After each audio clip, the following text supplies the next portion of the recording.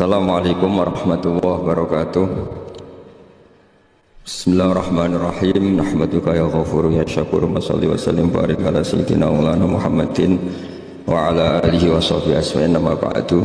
Tapi monggo lah kita cerita-cerita Islam, cerita-cerita beragama yang rileks.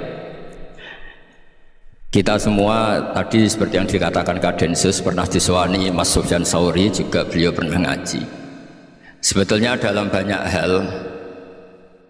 hal-hal yang keseharian itu lebih prinsip ketimbang ide kita tentang hal-hal besar.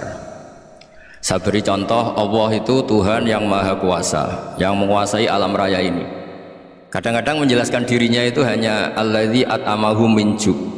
Saya ini Tuhan yang memberi makan kamu saat Anda lapar, saat kalian lapar. Jadi untuk beriman kepada Tuhan yang Maha Esa, kepada Allah, kamu yakin yang memberi makan kamu itu Tuhan. Apapun kecewanya Anda terhadap tetangga, terhadap negara, terhadap mertua, terhadap istri, itu kecewa Anda tidak akan mati. Tapi kalau tidak makan itu mati. Sehingga Allah mensifati dirinya kadang pakai keseharian. Alladzi at'amahu min ju'. Tuhan itu siapa? Yang memberi makan kamu ketika lapar. Tapi kamu untuk syukur itu nunggu punya istri cantik, neriman, gampang diatur, membolehkan poligami. Terus 4 istri itu neriman semua, loyal semua. Itu sombong betul. Mau syukur saja kok repotnya seperti itu. Jadi mau syukur ya ada makanan dimakan. Itu kalau ngantuk ya tidur. Ayatnya wa min ayatihi manamukum billaili wan nahar. Maksud ayat Allah itu tidur. Nah, keangkuhan-keangkuhan ini yang menjadikan kita itu jadi repot hidup itu. Wong untuk syukur kok nunggu tadi, mertua baik, tetangga baik, istri baik, apa saja di sekelilingnya harus baik. Nah, keinginan berlebihan ini menjadikan kita lupa ada hal-hal yang paling kita butuhkan, yaitu oksigen. Kita boleh nempat di buminya Allah. Alladzi ja'ala lakumul arda firasya. Bumi kamu tempati enak. Coba kalau gempa, apa artinya istri 4 cantik semua kalau pas digoyang apa? Gempa. Apa artinya kamu jabat? Entah apa saja jabatannya. Kalau bumi likuifaksi, habis kamu. Kiai meskipun dai kondang umpatnya jutaan, kalau likuifaksi di panggung hancur. Tapi nikmat-nikmat yang disebut Allah, kaji keseharian. Alladzi ja'ala lakumul arda mahda. Allah itu yang menjadikan bumi dalulan, yang mudah diinjak. Famshu fi manakbiha, silahkan pak jalan-jalan. Jadi saya termasuk benar-benar kiai Jawa. Kalau kerennya Kiai Nusantara atau Kiai Indonesia lah. Diajari bapak saya Kiai Haji Nur Salim, diajari Mbah Maimun. Itu Islam itu keseharian. Karena ketika Anda memilih hal-hal yang serius, itu tujuan utamanya nyari ridhonya Allah. Dan ridhonya Allah bisa kamu dapatkan sesuatu yang pasti benar. Misalnya dalam sebuah hadis Sahih Muslim disebutkan, innallaha la yarda 'anil 'abdi idza akalal akla fayahmadahu 'alaiha aw yashraba syarba fayahmadahu 'alaiha.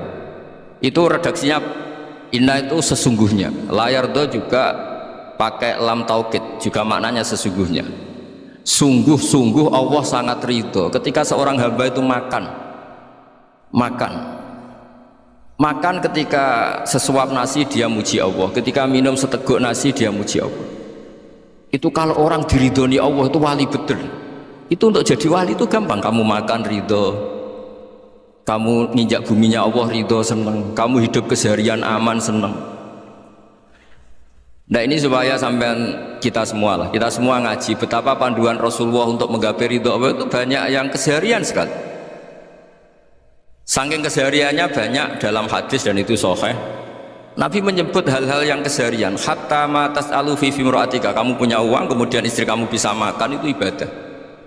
Bahkan sebagian ibadah itu dicontohkan Nabi yang akhirnya diprotes sahabat, yaitu wa fi buti ahadikum sedekah, kamu menggauli istri kamu itu ya sedekah. Sampai sahabat bilang, yang benar ya Rasulullah, ayati ahaduna syahwatahu wa huwa lahu ajrun. Masa urusan biologis, urusan syahwat kemudian dia dapat pahala? Nabi menjawab, alaysa lawadu'aha fi haramin akana alaihi wisrun. Bagaimana kalau dia meletakkan ke yang tidak benar, itu kan dosa. Nah, hal-hal seperti ini yang saya ingin teman-teman semua lah, semua. Saya juga agak ingin ngaji demi Anda, juga agak ingin. Itu dosa sekali ngaji kok pesanan kelompok tertentu itu gak boleh. Islam itu untuk semua. Jadi Ya cuma karena di depan saya jenengan ya seakan-akan jenengan korbannya. Itu ada ilmunya dalam usul fikih itu. Jadi orang itu harus ngaji usul fikih. Nama yang disebut, mungkin Mas Sufyan masih ingat zaman ngaji usul fikih. Nama yang disebut itu tidak jaminan sebagai prioritas perintah. Jadi misalnya gini, kebetulan yang di depan Nabi itu Abu Dzar. Nabi ya bilang, ya Abu Dzarin ini uhibbuka misalnya, atau ya Mu'ad ini uhibbuka, atau ya Abu Hurairah ini uhibbuka misalnya. Banyaklah riwayat yang Nabi nyebut ya Abu Dzarin, ya Mu'ad, ya Abu Hurairah. Kemudian misalnya Nabi meneruskan khitab, ini uhibbuka, saya mencintai kamu, fakul dubur sholatin, atau sebagian riwayat disebut fala tada'anna dubura kulli sholatin Allahumma inni ala dzikrika wa syukrika wa husni ibadatik. Saya mencintai kamu, siapa saja, Mu'ad bisa, Abu Dzar bisa, siapa. Saya mencintai kamu, mohon kalau habis sholat kamu jangan lupa wiridan Allahumma inni ala dzikrika wa syukrika wa husni ibadatik. Ya Allah, tolong kami permudah supaya mudah ingat engkau. Anda tidak bisa mentang-mentang, wong nama saya Parmin, nama saya Purnomo, itu yang diperintahkan Mu'ad. Jadi yang disebut satu, tapi khitab itu untuk siapa saja. Saya teruskan ya. Jadi saya mohon semua kita melakukan kebaikan itu, kalau dalam kaidah fikih disebut al yakin la yuzalu bisyak. Banyak kebaikan yang kebenarannya itu 100%, tidak punya efek samping ke pihak lain, ke kelompok lain, ke komunitas lain. Yaitu tadi misalnya Anda makan dan itu murah sekali, hanya butuh satu piring, setiap kunyahan kamu muji Allah, setiap minum kamu muji Allah. Itu redaksinya Rasulullah SAW disebut Allah sangat ridho ketika seorang hamba makan kemudian dia memuji Allah, atau minum kemudian dia memuji Allah. Logikanya gampang, negara seperti ini yang kamu harapkan bentuknya kayak apa, mertua, ipar, komunitas, tetangga, itu nyata terjadi itu kan belum pasti. Sementara yang mesti terjadi adalah kamu butuh makan, kalau tidak mati, butuh minum, kalau tidak mati, butuh bumi yang nyaman ditempati, kalau tidak kita juga mati. Sebab itu Allah kalau menyebut nikmatnya itu hal-hal yang keseharian. Alladzi at'amahum minju. Allah itu siapa? Allah itu yang menciptakan kamu bisa makan, tidak berlebihan. Allah itu yang menciptakan kondisi sosial itu ideal. Zaman Nabi itu ya ada orang munafik, orang-orang pilihan Allah itu juga diuji orang sekelilingnya yang macam-macam. Semua diuji sesuai konteks zaman dan waktu. Nah, tapi ada ibadah-ibadah yang selalu disarankan Nabi. Sampai Nabi itu pernah ditanya, ayul islami khairun ya Rasulullah, Islam terbaik itu gimana? Jawaban Nabi itu unik, it'amut ta'am. Islam terbaik itu ya makan-makan, jangan santai-santai. Ketika Allah menyebut beberapa kebaikan, falak tahamal aqobah, wa ma adrokan apa? Mal aqobah. Terusannya apa? Fakku rokobah. Terusannya apa? Au it'amun fi yaumin di masubaya. Atau acara makan-makan itu juga Islam. Kenapa? Ya bayangkan kalau tidak ada makanan kita mati kan. Kondisi sosial tidak ideal tuh Anda masih gak apa-apa, tapi kalau Anda tidak makan, Anda tidak minum, kamu punya istri cerewet masih bisa hidup, punya mertua cerewet masih bisa hidup, tapi kalau tidak makan bisa mati. Berarti penting mana istri sama makan? Penting mana? Makan. Semoga istri Anda dengar, nanti kamu disuruh makan tapi pulang deh. Itu kalau dibahasakan makan masih memahami. Penting mana nasi satu piring dengan istri. Nggak ada nasi mati, nggak ada istri belum mati. Penting mana? Ya nggak berani jawab kan? Nah, ternyata Anda ada garang kan di depan istri. Jadi saya mohonlah, mungkin Mas Sufyan Sauri tadi yang bisa bantulah teman-teman tuh ngaji yang keseharian saja. Karena kita nyari ridho Allah itu berdasar firman Allah, dan firman Allah itu menyebut keseharian itu riang gampang. Yaitu tadi misalnya wa min ayatihi manamukum billaili wan nahar. Termasuk ayat-ayat Allah itu kamu tidur. Maka dulu itu ada guyonan, ada tokoh Mu'tazilah, kelompok dalam Islam yang berpikir manusia itu bisa menentukan ikhtiarnya sendiri. Karena saya bisa duduk, ingin duduk, duduk, ingin berdiri, berdiri. Karena kelompok ini nggak terima kalau semua kehendak Allah, nanti bagaimana kalau semua kehendak Allah kok ada hisab ya, ada sanksi. Lucunya itu dia akhirnya ini cerita ya, mencintai seorang perempuan cantik sekali, dan itu dia menjadi ahli sunnah itu oleh hal-hal yang sepele. Karena istrinya cantik, Ya namanya suami istri itu hubungan intim. Terus ditanya, Mas masih ingin lagi? Masih. Silahkan diulang lagi. Wah ya tidak bisa. Katanya manusia bisa menentukan yang diinginkan. Itu tobat itu. Itu nggak bisa ditobatkan Mas Sufyan Ats-Tsauri. Orang cantik yang mudah nobatkan orang itu orang cantik. Segampang itu. Akhirnya kita tahu. Makanya kalau dalam kitab Hikam itu disebut al-aqil mayakul madza yaf'alu wa hubi wal ghafil mayakul madza af'al. Orang yang punya akal karena sadar ini wilayah Allah, semua milik Tuhan, itu dia tiap hari berpikir besok Allah akan melakukan apa terhadap dunia ini. Kamu merencanakan sesuatu, mau plesir ternyata gempa, mau wisata ke Rusia ternyata perang. Kamu tidak pernah tahu apa yang akan terjadi besok. Wa ma tadri nafsum madza taksibu ghadan. Tapi anda semua kita ini sering punya jadwal permanen. Makanya saya kalau diundang siapa saja isane takdir. Yang jelas Gus ini acara penting. Ya masih acara penting nak pangeran ngersakno piye kok ape dadi pangeran kamu kok mau jadi Tuhan. Itu kadang ya kiai. Penting Gus acara ini jenengan harus memastikan bisa. Loh kamu itu yang ngajarin tauhid sesuatu itu biadillah kok bilang-bilang apa pasti. Kalau maksa terus tak tobatkan loh kamu kata saya itu. Ya kalau gitu Gus bilang insya Allah. Wah itu hati saya, fisik saya, roh saya sudah bilang insya Allah. Tidak usah kamu latih kata saya. Nah hal-hal tauhid keseharian itu gampang sebetulnya. Wal ghafil yaqulu madza af'al. Tapi orang yang lupa Allah dia setiap hari bilang besok apa, kita bisa melakukan apa. Seakan-akan dia itu aktor, dia penting, dia subjek permanen, dia. Padahal kita ini hanya objek kehendak Allah Subhanahu wa taala. Karena kita yakin sesuatu yang terjadi di alam raya ini kita tidak bisa apa-apa. Makanya saya sering ngaji, sering bilang ketika anda mensifati Allah dia yang menghidupkan, sudah itu tanamkan sehingga ketika kita mati santai saja. Kenapa santai? Allah punya cara menghidupkan kita. Zaman kita hidup juga gak tahu caranya ngelola jantung, ngelola paru-paru. Kamu juga gak tahu ngelola oksigen yang tidak beracun, tidak ngandung polusi. Tahu-tahu hidup. Gak ingin tua ya tahu-tahu tua, gak ingin mati tahu-tahu mati. Selama ini kita hidup juga gak tahu apa-apa. Hanya gaya tok, punya jadwal, punya planning. Kalau kamu bisa menentukan pilihan anda, pasti anda istrinya cantik, 4 neriman semua, kona'ah semua. Nyatanya enggak kan? Sudah 1 jelek, cerewet. Wah itu kan, nyatanya enggak bisa apa-apa anda kan?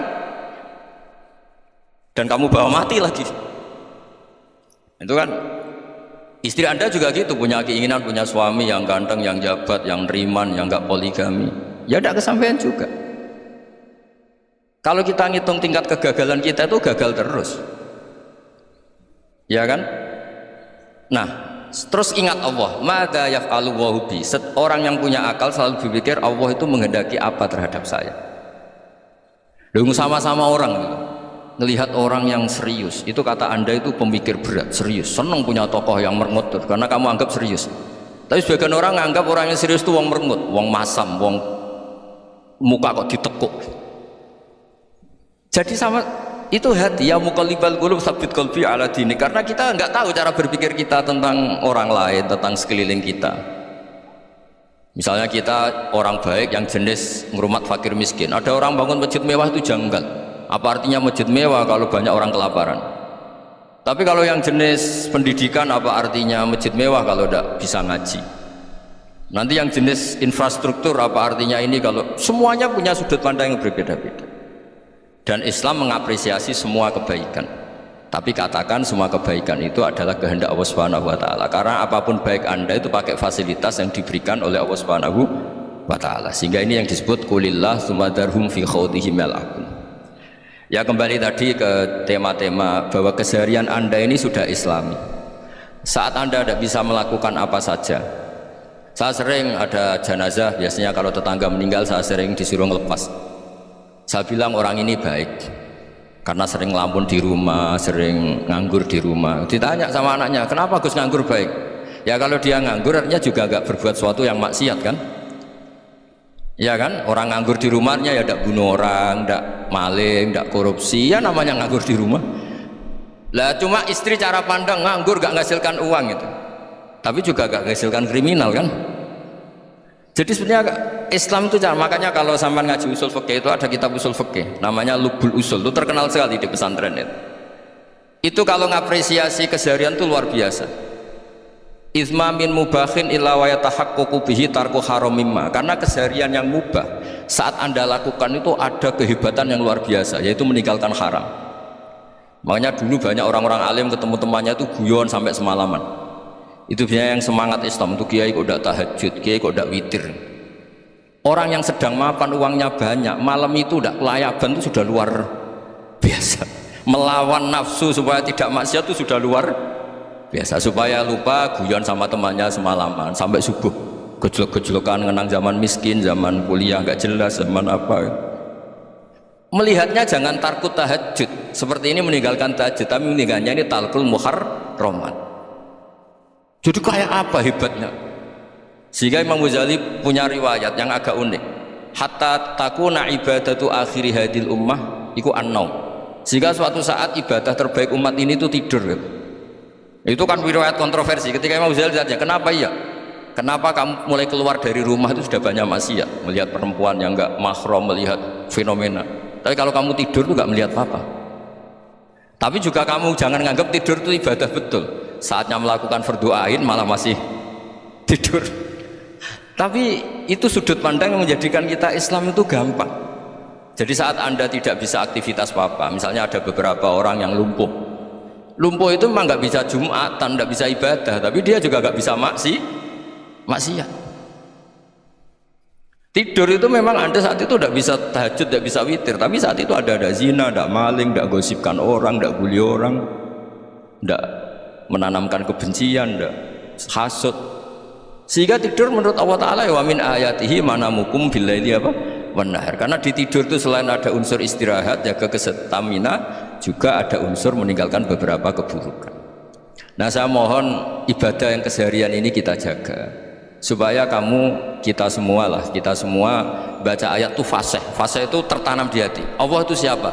Alladzi at'amahum min ju'i wa amanahum min khauf. Dan Allah kalau cerita di Quran itu anna sababnal ma'a sabba thumma syaqqaqnal ardha wa syaqqa fa ambatna fiha habba wa inaba wa qadba wa zaituna wa nakhla wa hada'iqa hulba. Kamu tahu saya ini siapa? Kata Allah, saya ini adalah Tuhan yang menurunkan air, kemudian ada tanaman banyak, habba wa inaba wa qadba, ada zaitun, ada tin, kalau orang Jawa mungkin ada tela, ada padi, ada mangga, ada pisang. Sudah, wa inaba wa zaituna wa nakhla wa hada'iqa hulba, ada perkebunan yang lebat. Tujuannya apa? Mata Allahkum, silahkan kamu pakai, kamu nikmati. Tapi karena kadang kita ini punya ide-ide besar. Tadi untuk syukur saja nunggu punya istri riman, rumah baik, tetangga baik, komunitas baik, semuanya baik baru syukur. Lama-lama nanti ada di surga, syukurnya nunggu surga paling kelas A. Itu sudah ada yang menghuni Rasulullah, kamu nggak boleh di situ. Masa untuk syukur saja repotnya, masya Allah. Jadi mohonlah Quran yang kalau Anda hafalkan juz amma itu kan ada ayat-ayat yang kayak tadi.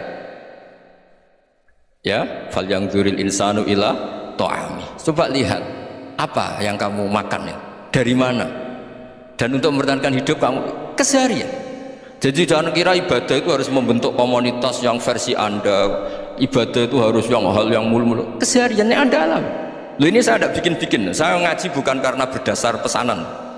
Itu ayat yang saya bacakan betul, ada ayatnya kan, fal yang dzuril insanu ila ta'ami anna sababnal ma'a sabba thumma syaqqaqnal ardha syaqqa fa ambasna fiha habba wa inaba wa qadba wa zaituna wa nakhla wa hada'iqa ghulba. Terusannya apa? Mata'al lakum, silakan kamu nikmati. Mata itu silakan kamu nikmati. Ya kayak sampean dikasih hidangan ya makan. Ya sudah makan, habis makan ya minum, habis itu ngantuk ya tidur. Ya sudah, normal-normal saja. Kayak apa indahnya Islam. Tapi Anda mencari Islam yang gimana lagi? Nah, itu yang diajarkan guru-guru kita, diajarkan sanad kita sampai Wali Songo, sampai Rasulullah SAW. Bahwa pada akhirnya ada jihad, ada perang. Itu dulu memang perang, bukan membunuh, beda. Dulu kita dijajah Belanda ya perang, dan itu normal karena kita dijajah. Jadi ketika orang lain ingin baik sama kita, wa in ahadum minal musyrikin astajaruka ya fa'jirhu hatta yasma'a kalam Allah. Kalau mereka ingin baik ya kita baik. Makanya ada istilah musta'man, mu'ahad. Kalau mereka ingin damai, berdampingan dengan kemajmukan, ya itu yang lebih baik. Karena memang Islam menghormati proses perdamaian. Wa in janahu nawal lisalmi ya fajnah lah. Kalau ingin damai ya kita harus damai. Jadi andai kan dulu Belanda datang ke Indonesia kok minta besanan gitu. Ya mungkin kita juga seneng karena memperbaiki hidung kan kalau minta besanan gitu. Nah tapi wong jajah dulu itu kan masalah kan? Apa? Masalah kan? Jadi saya mohon jadi apa? Makanya saya tadi minta sama Bapak Kadensus kemarin juga pernah main ke saya. Jangan sering ketemu saya ini sudah uzlah, saya ini sudah mau daftar jadi resi. Saya itu kemarin di muktamar juga agak datang, acara di Jogja juga sudah. Karena memang keluarga saya dulu itu bahasa saya, bapaknya bapak saya itu gak keluar rumah itu puluhan tahun, memang punya adat uzlah. Ya makanya ngaji saya ngaji aja yang gampang-gampang aja, yang nggak orderan, nggak pesenan, ngaji aja dulu yang gampang. Saya ikhlas, yakin betul saya ikhlas. Ikhlas itu menurut saya itu roh. Orang nggak ikhlas itu menurut saya itu orang aneh. Ikhlas itu gampang, sudah saya bilang. Kalau kamu yakin ilmu itu milik Allah, ngasihkan juga ikhlas itu milik Allah. Apa sih yang kamu punyai sehingga kamu tidak ikhlas? Uang milik Allah, energi kita milik Allah, bumi milik Allah. Kemudian kamu merasa memiliki. Merasa memiliki itu kalau dalam ilmu tasawuf sudah kesalahan kan? Bagaimana Anda punya? Coba tahu-tahu tanah itu kok milik Anda? Karena saya beli, saya beli dari orang, dari Zaid. Padahal yang asli punya itu Allah. Apa benar kamu pernah beli sama Allah? Zaid ini pemilik nisbi, pemilik yang enggak sebenarnya kan? Ya enggak? Yang benar-benar pemilik itu Allah. Kok kamu ngerasa itu bumi kamu itu atas nama apa? Milik kan harus beli atau dikasih. Tidak semua kan? Nah, makanya terus famshu fi manakibiha, dan Allah menyebutnya sudah saya ini yang menciptakan bumi. Waladzi ja'ala lakumul arda dalulan. Dan Allah menyebutnya sederhana. Famshu fi manakibiha, silakan jalan-jalan. Terusannya apa? Wa kulu mirizki, silakan makan-makan. Jadi Islam itu ya makanya kiai-kiai itu ada acara makan, sampai ada guyonan fikuli makanin makan di setiap tempat ya makan. Perasaan saya juga seluruh ulama di dunia, saya ulang lagi, perasaan saya juga seluruh ulama di dunia, bahwa Islam masuk itu macam-macam sebabnya. Dulu kita tahu, kita sebagai warga Indonesia, Islam masuk itu ya dibawa orang yang agak kedunian, ya kayak jenengan lah kira-kira gitu. Ya kayak mbak-mbak ini, ya agak-agak mata duitan gitu. Karena kita tahu rata-rata ahli sejarah mengatakan Islam di Indonesia dibawa kiai apa pedagang. Pedagang itu nyari uang apa nyari dakwah kira. Ya semoga Anda mirip-mirip seperti itu. Ya jadi nyari uang karena ada nurani Islam sehingga tetap saja membawa Islam. Saya tidak tahu Islam Anda ala apa, tidak tahu, pokoknya mau ngaji ya berarti Islam ala ahli sunnah apa? Wal jamaah. Jadi ini penting saya utarakan bahwa Islam itu agama yang mudah difahami, sehingga dibawa pedagang saja ya kasil gitu. Dibawa orang yang kedonyan gak jenengan juga kasil gitu. Dibawa orang baik ya kasil, dibawa orang broken juga kasil. Ini penting saya utarakan karena saya ngaji di mana-mana bilang ciri utama kebenaran absolut adalah kebenaran yang bahkan orang nggak benar saja bisa bawa. Tapi bukan berarti saya dukung Anda tidak benar, kan sudah tidak benar dulu sebelum kenal saya. Tapi nggak apa-apa, nggak benernya umat Islam insya Allah dimaafkan sama Allah Subhanahu wa Ta'ala. Ya asal tobat maksudnya. Nah ini saya beri satu konstruksi pikiran yang saya sering utarakan di ngaji saya. Sampai sekarang saya coba saya tes ini kan di kampus ya, di apa bacanya ini Kim University yang global leader apa in the world itu. Ini keren lah. Jadi acara ilmiah kita ditakdir di gedung apa? Kampus, gedung universitas di begini. Kalau 1 ditambah 1 2 itu namanya hakikat. Ciri utama hakikat adalah siapapun akan menerima. Saya sekarang tanya sama Anda, kira-kira 1 tambah 1 2 itu musuh Anda pun mengatakan 2 apa tidak? Ya. Pekerja Korea ya bilang 2, rektor Al-Azhar juga bilang 2. Kamu yang sekarang sedang mungkin sebagian broken sama istri juga bilang 2. Istri kamu yang mangkal sama kamu juga bilang 2. Yang cemburu ya bilang 2, yang dicemburuin juga bilang 2. Karena begitu mudah kebenaran absolut diterima oleh siapa saja. Begitu juga eksistensi Allah sebagai Tuhan. Itu mudah diterima oleh siapa saja, sehingga pembawanya tidak perlu seorang kiai atau gus atau mubalek atau ketua MUI, tidak. Cukup karyawan pekerja Korea. Karena kebenaran absolut itu kebenaran yang mutlak. Siapa saja yang waras pasti ngakui. Kira-kira orang yang berpikir sehat pasti berpikir begini, ini yang diajarkan Quran. Bumi ini kadung wujud, sudah wujud kadung wujud, punya eksistensi. Mungkin nggak sesuatu yang wujud kemudian disebabkan oleh sesuatu yang nihilisme, yang tidak ada. Mungkin enggak? Enggak mungkin. Yang namanya penyebab itu harus sesuatu yang wujud. Di mana-mana penyebab itu harus punya eksistensi. Karena langit dan bumi ini kadung wujud, pasti penyebabnya adalah wujud.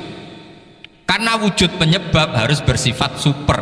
Lah bersifat super ini oleh ulama dikatakan wajibil wujud. Itu akal siapa saja akan terima.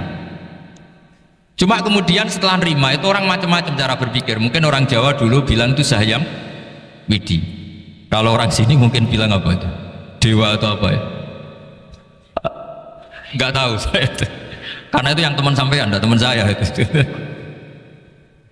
Tapi yang jelas begini, ini konstruksi ini harus kita jaga. Nanti saya bacakan teks hadis.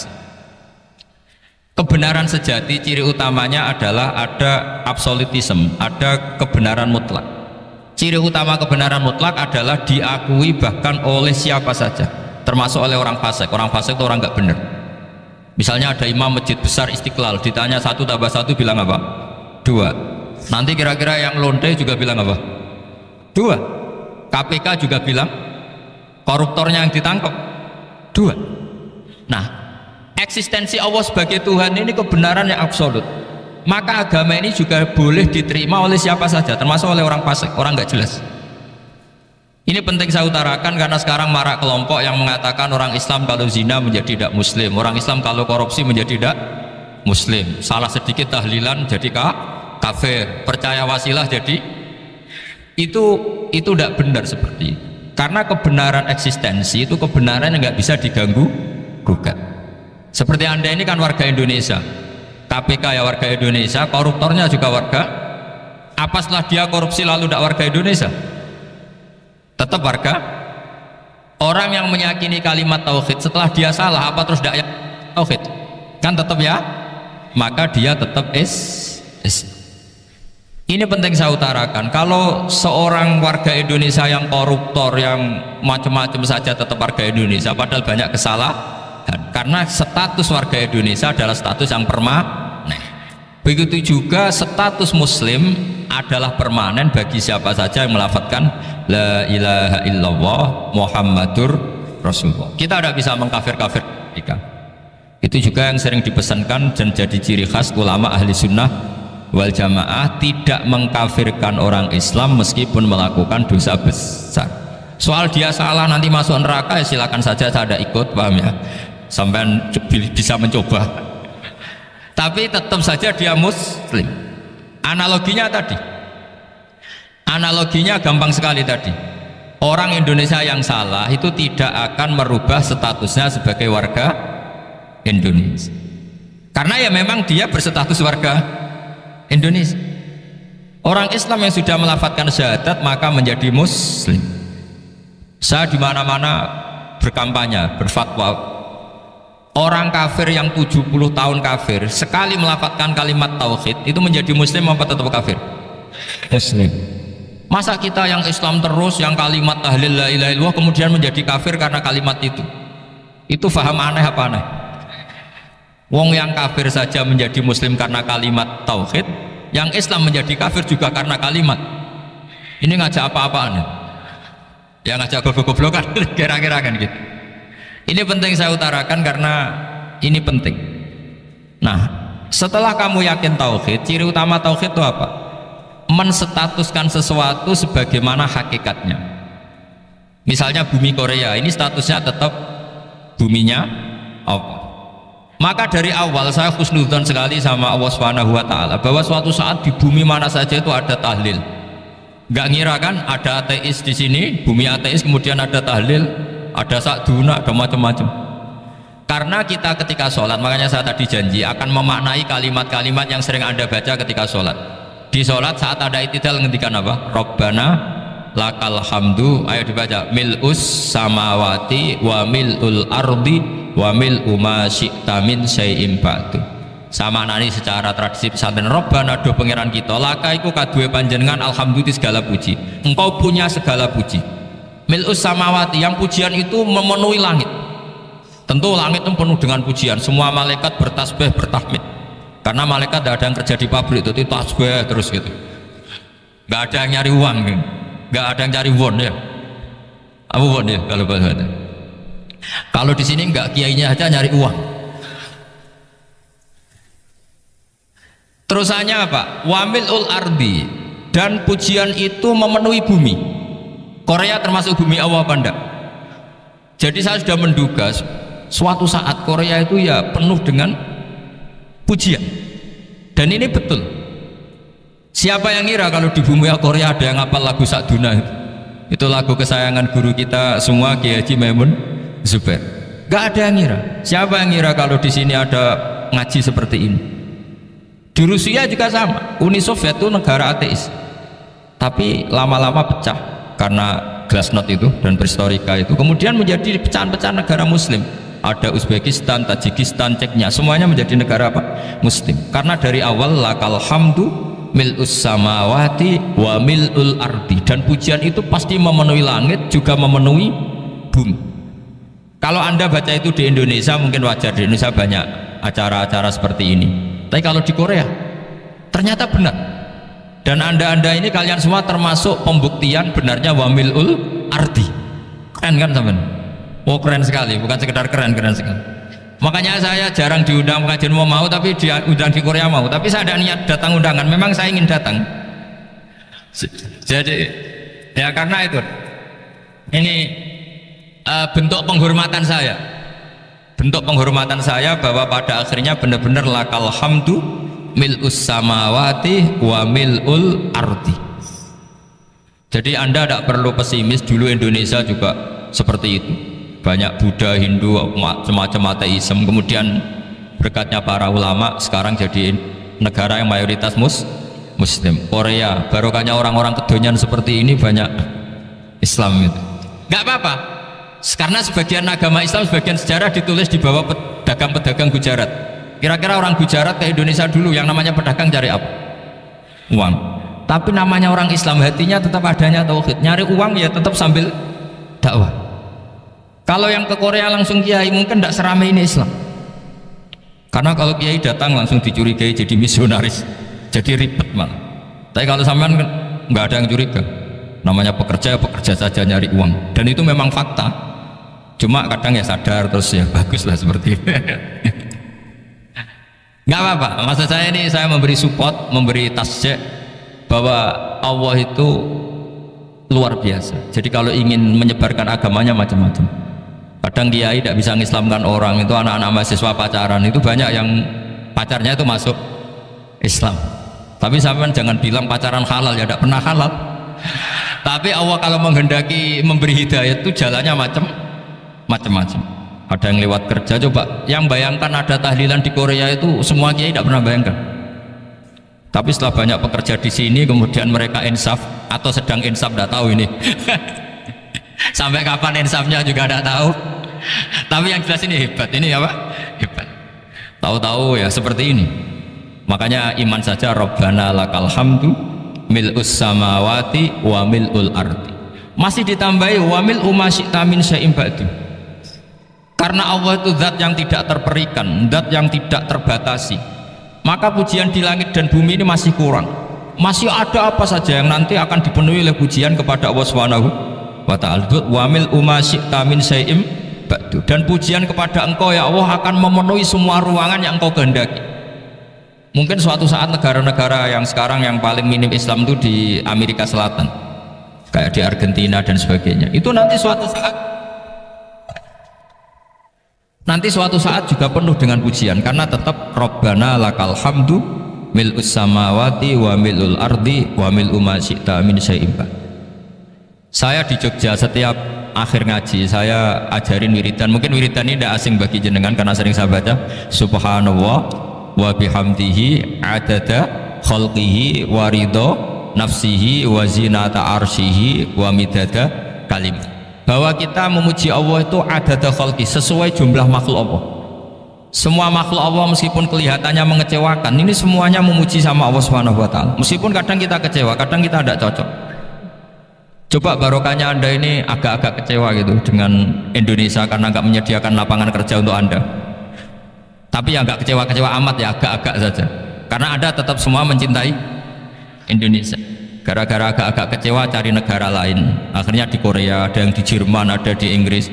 Tapi bawaan pernah ngaji di musola, Islam ini ke bawah. Sehingga karena Islam ini ke bawah, tahu-tahu ada komunitas yang memikirkan Islam. Umumnya orang mikir Islam itu ya bikin masjid. Kalau di Korea unik, nyewa apa? Nyewa gedung untuk masjid. Itu kalau diceritakan di Indonesia aneh. Ini masjid sewaan, masjid. Tapi kalau di sini lazim, karena kalau beli mahal ya cukup sewa. Saya tidak tahu kalau dalam terminologi agama tempat Anda sujud ini nanti jadi saksi di akhirat. Itu yang permanen apa yang sewaan tidak tahu. Jadi nanti bumi ini tanya, ya saya ya Allah pernah dipakai sujud, tapi setelah 1 tahun nggak kuat menambah lagi. Makanya saya dukung tadi yang ada gerakan masjid apa. Sebenarnya permanen nggak permanen itu tetap bagus, ada usah memaksakan. yang jelas saya sudah ikut nyumbang melelang tadi, dan saya berharap uang itu benar-benar untuk masjid. Kalau untuk tamirnya juga nggak apa-apa, yang penting untuk menghidupi masjid. Saya juga termasuk kiai yang nggak suka kalau hukum itu terlalu fanatik. Misalnya uang ini untuk masjid, kemudian imamnya diterlantarkan karena alasannya ini untuk masjid. Imam kan tidak masjid. Nah ini kalau imamnya nggak diservis kemudian mutung terus pulang ke Indonesia, ini jadi masalah. Tapi saya juga nggak suka kalau ada negara gitu. Betul-betul saya tidak suka yang imamnya itu terlalu diservis. Ini buruk sekali kan. Pernah ada anekdot, ini anekdot tapi nyata. Ada negara yang sangat sehat, Islamnya sangat sehat. Itu imamnya 1 bulan tuh digaji 70 juta. Kira-kira 70 juta dibagi 1 hari berapa? 5 sholat ya? 5 kali 30 berapa? Kira-kira saja 150. Berarti per sholat dapat berapa ya? Kira-kira, kan biasa potong gaji kalau berapa kira-kira? Singkat cerita, si kiai dari luar negeri tadi cerita apa Indonesia, kiainya miskin-miskin, datang ke masjid kan kadang pakai ontel, adzan sendiri, qomat sendiri, sholat sendiri kadang. Itu nasib orang-orang Sragen dan Salatiga sebagian. Itu yang lapor karena mereka itu. Kalau Rembang insya Allah enggak. Tapi ada semuanya Salatiga, sebagian begitu. Itu yang cerita kiainya, bukan ini bukan hoax, memang kiainya cerita. Nasib kiai di Salatiga habis katanya. Itu digojlok tapi tetap sholat. Sehingga cerita orang tadi cerita imamnya di sana naiknya Mercy, muadzinnya pakai BMW. Itu tetangga sebelah Indonesia banyak yang fasilitas imam seperti itu karena gajinya sampai 70 juta. Setelah dia cerita bangga karena negaranya mengapresiasi imam sholat, sama di Indonesia dia omongin gini, makanya kamu sholat terus takut potong gaji ya gitu. Itu kagetnya bukan main dia. Dikira itu satu sifat kelebihan negaranya, ternyata buruk sekali karena imam sholat karena takut potongan gaji. Akhirnya ke Indonesia bangga, alhamdulillah kita sholat tambah gaji dan tetap sholat. Keren mana yang digaji sama Anda? Ini yang di atas ini banyak calon imam itu sebenarnya. Tidak keren mana imam yang digaji sama Anda? Keren yang enggak. Tapi kalau pertanyaannya dibalik, keren mana jamaah yang peduli imamnya sama yang enggak peduli? Jadi jawabannya harus tetap seperti itu. Imamnya keren yang ikhlas, tapi jamaahnya keren yang peduli imamnya. Jelas ini ya fatwa saya ya. Gimana? Imamnya baik yang ikhlas, tapi jamaahnya baik yang peduli nasibnya. Tapi sekali imam dari awal gak ikhlas itu harus di PHK ya. Itu bahaya bagi agama kalau awalnya sudah ada ikhlas. Karena nanti setelah habis subuh terus dihitung Wong setahu saya sholat terus kok kenapa gajinya tinggal segini? Ya, setahu saya sholat terus kok gajinya tinggal segini. Terus nanti takmirnya bilang kemarin duhur Pak Yai tidak ngimamin, kemarin asar tidak ngimamin. Terus dihitung, bisa enggak agama akan berjalan seperti itu? Enggak. Ya makanya pertanyaannya tadi, suka atau punya imam ikhlas? Suka, tapi imamnya juga suka kalau jamaahnya peduli. Ini penting. Jadi saya mensupport Anda, mensupport kalian semua bahwa agama ini akan diurus oleh Allah Subhanahu wa taala. Makanya Sayyidina Umar radhiyallahu anhu kalau disuruh mikir agama itu tidak mau. Tidak mau betul. Ketika Umar jadi khalifah itu puncak keemasan masa Islam. Semuanya stabil, semuanya hebat. Sampai Irak, Iran zaman itu, Persia masih, semuanya, Mesir, itu semuanya ikut Islam. Ketika Islam pada puncaknya, yang dikhawatirkan oleh masyarakat adalah begini, lalu setelah Umar itu bagaimana? Islam setelah dipimpin orang yang tangguh, yang kuat, yang waroi, yang zuhud, lalu setelah Umar itu gimana? Tapi Umar disuruh mikir gak mau. Sampai setiap Abdullah bin Umar jalan-jalan di kampung-kampung tuh abahnya dianggap pecundang. Tahu sampean pecundang? Orang yang nggak tanggung jawab. Karena orang-orang bilang gini, ya Abdullah bin Umar, bagaimana pendapat Anda kalau ada penggembala kambing di tengah hutan atau di tengah padang rumput, kemudian dia ninggal gelanggang kambingnya, kamu anggap penggembala ini gimana? Oh itu penggembala yang zalim itu. Pasti kalau kambing ditinggal ya kacau. Apalagi nih umat Rasulullah Shallallahu Alaihi Wasallam. Ini abah kamu tidak pernah wasiat, tidak pernah ngatur suksesi. Lalu Islam setelah dia bagaimana? Suruh dia ngomong, penggantinya siapa? Karena beliau sudah sepuh, harus ada suksesi. Akhirnya Abdullah bin Umar lapor ke Umar. Ini gimana abah, orang mengkomplain begini. Apa kata Umar? Agama itu beda dengan kambing katanya. Agama itu milik Allah Subhanahu. Mbok saya pikir, tidak saya pikir tetap jalan. Nah ini terbukti, jangan ulama ya ndak, mufti ya ndak, tapi bisa menjalankan agama. Kalau agama sampean pikir malah rusak, sudah pokoknya lakukan saja, tidak usah dipikir. Akhirnya betul, karena agama ini milik Allah. Soal kita serius memikirkannya itu karena khidmah, karena kita ingin berbakti pada agama. Tapi Anda tidak boleh berpikir kalau agama ini butuh pemikiran Anda. Beda loh ya. Kita khidmah agama serius karena kita ingin mengkhidmai agama. Tapi agama ini tidak pernah butuh kita, karena agama ini akan diurus oleh Allah Subhanahu. Coba pas sampean kecil, orang jilbaban di Indonesia itu banyak apa banyak sekarang? Banyak sekarang. Kiainya mutu orang dulu apa mutu orang sekarang? Tapi perkembangan Islam itu ramai sekarang apa ramai dulu? Ramai sekarang. Islam menyebar di seluruh dunia itu zaman Wali Songo, zaman sampean keren mana? Keren sekarang. Kualitas solehnya sampean sama Wali Songo? Wali Songo. Ini betul.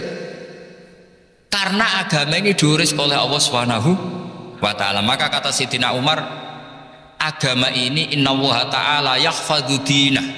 Innallaha ta'ala la yudhi'u khilafatahu wala dinah. Allah itu tidak akan menyia-nyiakan agamanya. Ini terbukti. Agama ini pernah dipimpin orang terbaik di dunia, yaitu Rasulullah Shallallahu Alaihi Wasallam. Ketika beliau intaqala ila rafiqil ala, ketika beliau pindah ke alam sana, diteruskan oleh sahabat yang tentu jauh di bawah Rasulullah, diteruskan tabiin, diteruskan para wali songo, diteruskan yang sampean yang jauh di bawah wali songo, sejauh-jauhnya. Tapi agama jalan sampai Korea. Agama jalan sampai apa? Dulu Wali Songo itu hanya sampai Mojokerto, sampai Tulungagung. Di bawah sampean, Klayaban sampai mana ini? Korea. Coba kalau Allah nggak ngurus, nggak bisa. Yang gerakkan hatinya sampean peduli sama masjid siapa? Allah Subhanahu wa taala. Yang menggerakkan hati sampean peduli sama agama siapa? Tapi yang menggerakkan sampean ke Korea apa? Uang kan?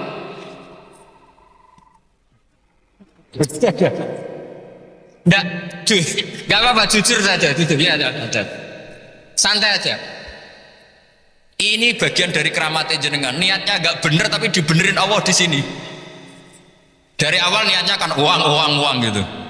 Tapi setelah di Korea dibenerin Allah, mbok ingat agama gitu. Keren kan?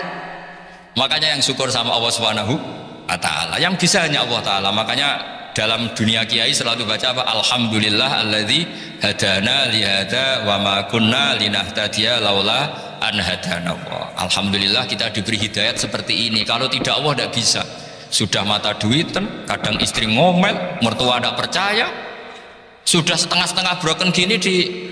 Saya tahu sampai ke Korea itu karena broken pas saking sayangnya keluarga. Potensinya hanya dua, dibela-belain kerja demi keluarga, atau agak broken maka kesini. Tapi apapun potensi itu tetap baik, itu takdir sudah, itu takdir, tidak usah dibicarakan. Semua itu apa? Karena orang kalau sedang rukun ya tidak mau tukaran, kalau sedang tukaran ya tidak mau rukun, itu sudah semuanya takdir. Kata bapak saya dulu kalau ada orang mau jualan tanah, Pak Yai tanah saya mau saya jual, ini gimana padahal ini tanah warisan. Kata bapak, nak waya adol ya adol, memang ini saatnya jual ya jual saja, nanti kalau kaya saatnya beli ya beli saja. Karena kalau sudah saatnya jual mau beli ya mungkin kan, mau memang saatnya jual. Kalau sudah kaya kan nggak mungkin jual tanah, saatnya beli. Maka semoga masalah di keluarga sampean ini masalah musiman. Maksudnya yang tukarannya ini musiman, yang rukunnya permanen. Jangan tukarannya permanen, rukunnya musiman. Setelah melihat yang lebih cantik, katut babon, nggak tahu saya nggak tahu. Nah ini semoga katut masjid ini bagian dari kafaroh sampean itu. Jadi kafaroh kesalahan-kesalahan di sampean. Ini penting saya utarakan karena agama itu beda. Agama ini diurus oleh Allah Subhanahu. Jadi kita mengerahkan pemikiran itu bukan karena kita akan menyelamatkan agama ini, tidak. Agama ini diselamatkan oleh Allah Subhanahu wa ta'ala. Coba kayak apa Uni Soviet kuatnya itu, mengkooptasi supaya orang semuanya ateis, semuanya komunis. Itu 100 tahun Uni Soviet begitu. Tapi orang-orang Uzbek, Ceknya, Tajikistan tetap ngajari anak-anaknya tauhid. Itu ada yang cerita itu sampai mengajarkan tauhid itu di bawah tanah, di basement. Tapi Allah menghendaki Rusia itu, Uni Soviet jatuh. Ketika jatuh, negara-negara ini langsung menjadi negara Islam, yaitu Uzbek, Tajikistan, Ceknya. Mungkin nggak mereka langsung menjadi negara Islam andai kan saat menjadi Uni Soviet benar-benar menjadi ateis? Nggak mungkin kan? Karena saat dikooptasi Uni Soviet, akidah mereka tetap tauhid, cuma nggak berani muncul.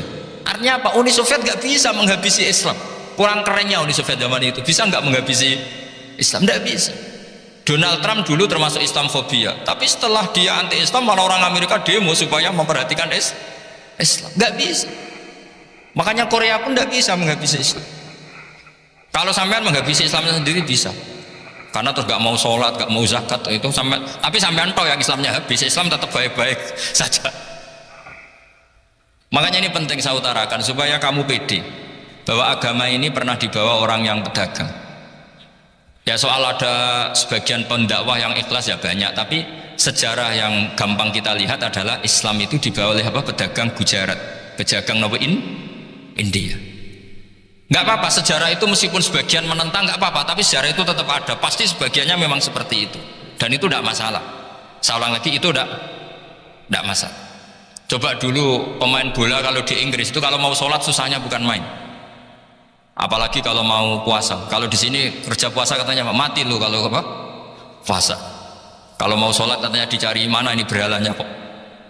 Kata orang-orang ateis kan gitu, dicarikan patungnya. Kali ini sholat kok gak ada patungnya, ini gimana ini? Ya ngalamin gitu. Tapi Allah Maha Kuasa.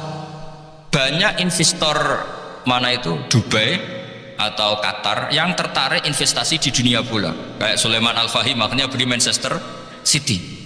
Itu sekarang pelatihnya negara orang sholat gak berani, bahkan di tengah stadion dibangunkan masjid. Kalau sampai daftar jadi muadzin bisa. Apa nyanyi Sakduna di sana juga bisa. Dulu Aljazair bencinya bukan main. Apa Perancis sama orang Islam itu bencinya bukan main. Barokahnya Zidane pemain bola dan juara dunia, terus Zidane turunan Aljazair. Akhirnya orang Perancis itu mencintai Islam, itu barokahnya sepak bola. Allah punya sekian cara untuk mengenalkan Islam. Di Prancis dikenalkan lewat pemain sepak bola. Nah di Korea ini yang agak unik, dikenalkan lewat pecinta wow. Saya jamin ini tidak apa-apa, sudah tidak apa-apa, sudah aman, jamin aman. Pokoknya alhamdulillahilladzi hadana li hadza wa ma kunna linahtadiya laula an hadana. Karena agama ini dibawa oleh Allah Subhanahu wa taala, yang menjaga juga Allah Subhanahu wa taala. Sama tidak usah khawatir. Kalau ada kelompok tertentu yang mengkhawatirkan Islam, sekarang Islam bahaya gini-gini, itu kurang roja, itu kurang optimis itu. Harapannya sama Allah tipis, harus ngaji lagi. Agama ini limangka nayarjuwa hawal yaumal akhir. Agama ini bagi yang terus-menerus berpengharapan kepada Allah Subhanahu wa taala. Agama ini limangka nayarjuwa, coba bahasa Arabnya roja yarju rojaan. Maknanya harapan. Jadi agama ini bagi yang selalu berpengharapan, bukan yang pesimis, bukan yang hati kecil, apalagi yang tukang putus asa. Coba agama ini begitu luar biasa, dibawa orang yang macam-macam. Tadi di Perancis dibawa oleh pemain apa?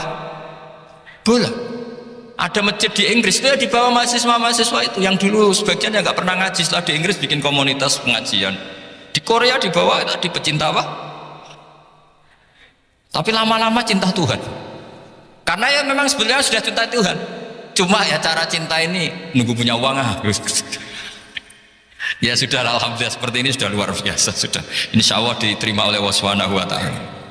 Saya selalu berharap semoga ini tetap satu bukti bahwa Allah itu harus kita sembah di mana-mana. Karena tadi Allah akan selalu Rabbana lakal hamdu mil'us samawati wa mil'ul ardi wa mil'u ma syi'ta min syai'in ba'du. Bahwa pujian kepada Allah akan selalu memenuhi langit dan memenuhi bumi. Bumi Korea termasuk buminya Allah. Makanya pegangan yang saya minta sama pengurus untuk di-share adalah dawai Rasulullah SAW. Mungkin nanti panitia harus menge-share itu. Ini Musnad Ahmad, riwayat dari Imam Ahmad, al-bilad bila dua. Sudah punya? Nanti di-share ya yang itu. Al-biladu bila dua, bahwa negara hakikatnya adalah negara Allah. Wal ibad ibadullah, semua hamba hakikatnya adalah hamba. Di hadis itu fahaitsuma asabta khairan fa'akim. Kapan saja kamu menemukan kebaikan di tempat Anda berdomisili, fa'akim, kamu tidak apa-apa di situ. Kamu di sini dapat uang, dapat masjid, dapat sewa masjid. Tidak tahu sewa apa permanen, pokoknya itu bagus gitu aja. Buminya dirayu, bumi meskipun ini nggak permanen, tapi tetap jadi saksi loh ya. Harus ada kompromi ini. Karena kalau dengar orang Indonesia jadi aneh, masjid kok nyewoi. Tapi aneh di Indonesia, tidak aneh di sini, sampean tenang saja. Tentu malaikat pencatat di sini juga sudah tahu kalau sebagian masjid itu sewaan. Jadi ya ada iskal-iskal amat lah, sudah nggak janggal-janggal amat karena kondisional Jadi saya nanti minta panitia supaya mengeser tadi hadis riwayat siapa, Imam Ahmad bin Hambal, yang diriwayatkan oleh salah satu minal asyrah al mubasysyirina bil jannah, yaitu Zubair bin Awam. Nabi ngendikan al biladu biladullah, negara mana saja adalah negara Allah. Wal ibad ibadullah, semua hamba adalah hambanya Allah. Fahaitsuma asabta khairan, di mana saja kamu mendapatkan kebaikan, fa'akim, kamu tidak apa-apa berdomisili di situ. Ya saya mohon ini penting sekali. Pokoknya saya mohon kalimat tauhid ini dijaga. Karena kalimat tauhid ini kata semua ulama kasyajaratin thayyibatin asluha tsabitu wa far'uha fis sama. Dan kalimat tauhid ini pasti tu'ti ukulaha kullahinin bi'izni rabbiha. Kalimat tauhid yang dibawa umat Islam seluruh dunia, meskipun dia orang fasik, orang nggak benar, tetap tu'ti ukulaha kullahinin bi'izni rabbiha. Kalimat ini akan membawa berkah bagi orang yang dihinggapi atau didomisili umat Islam.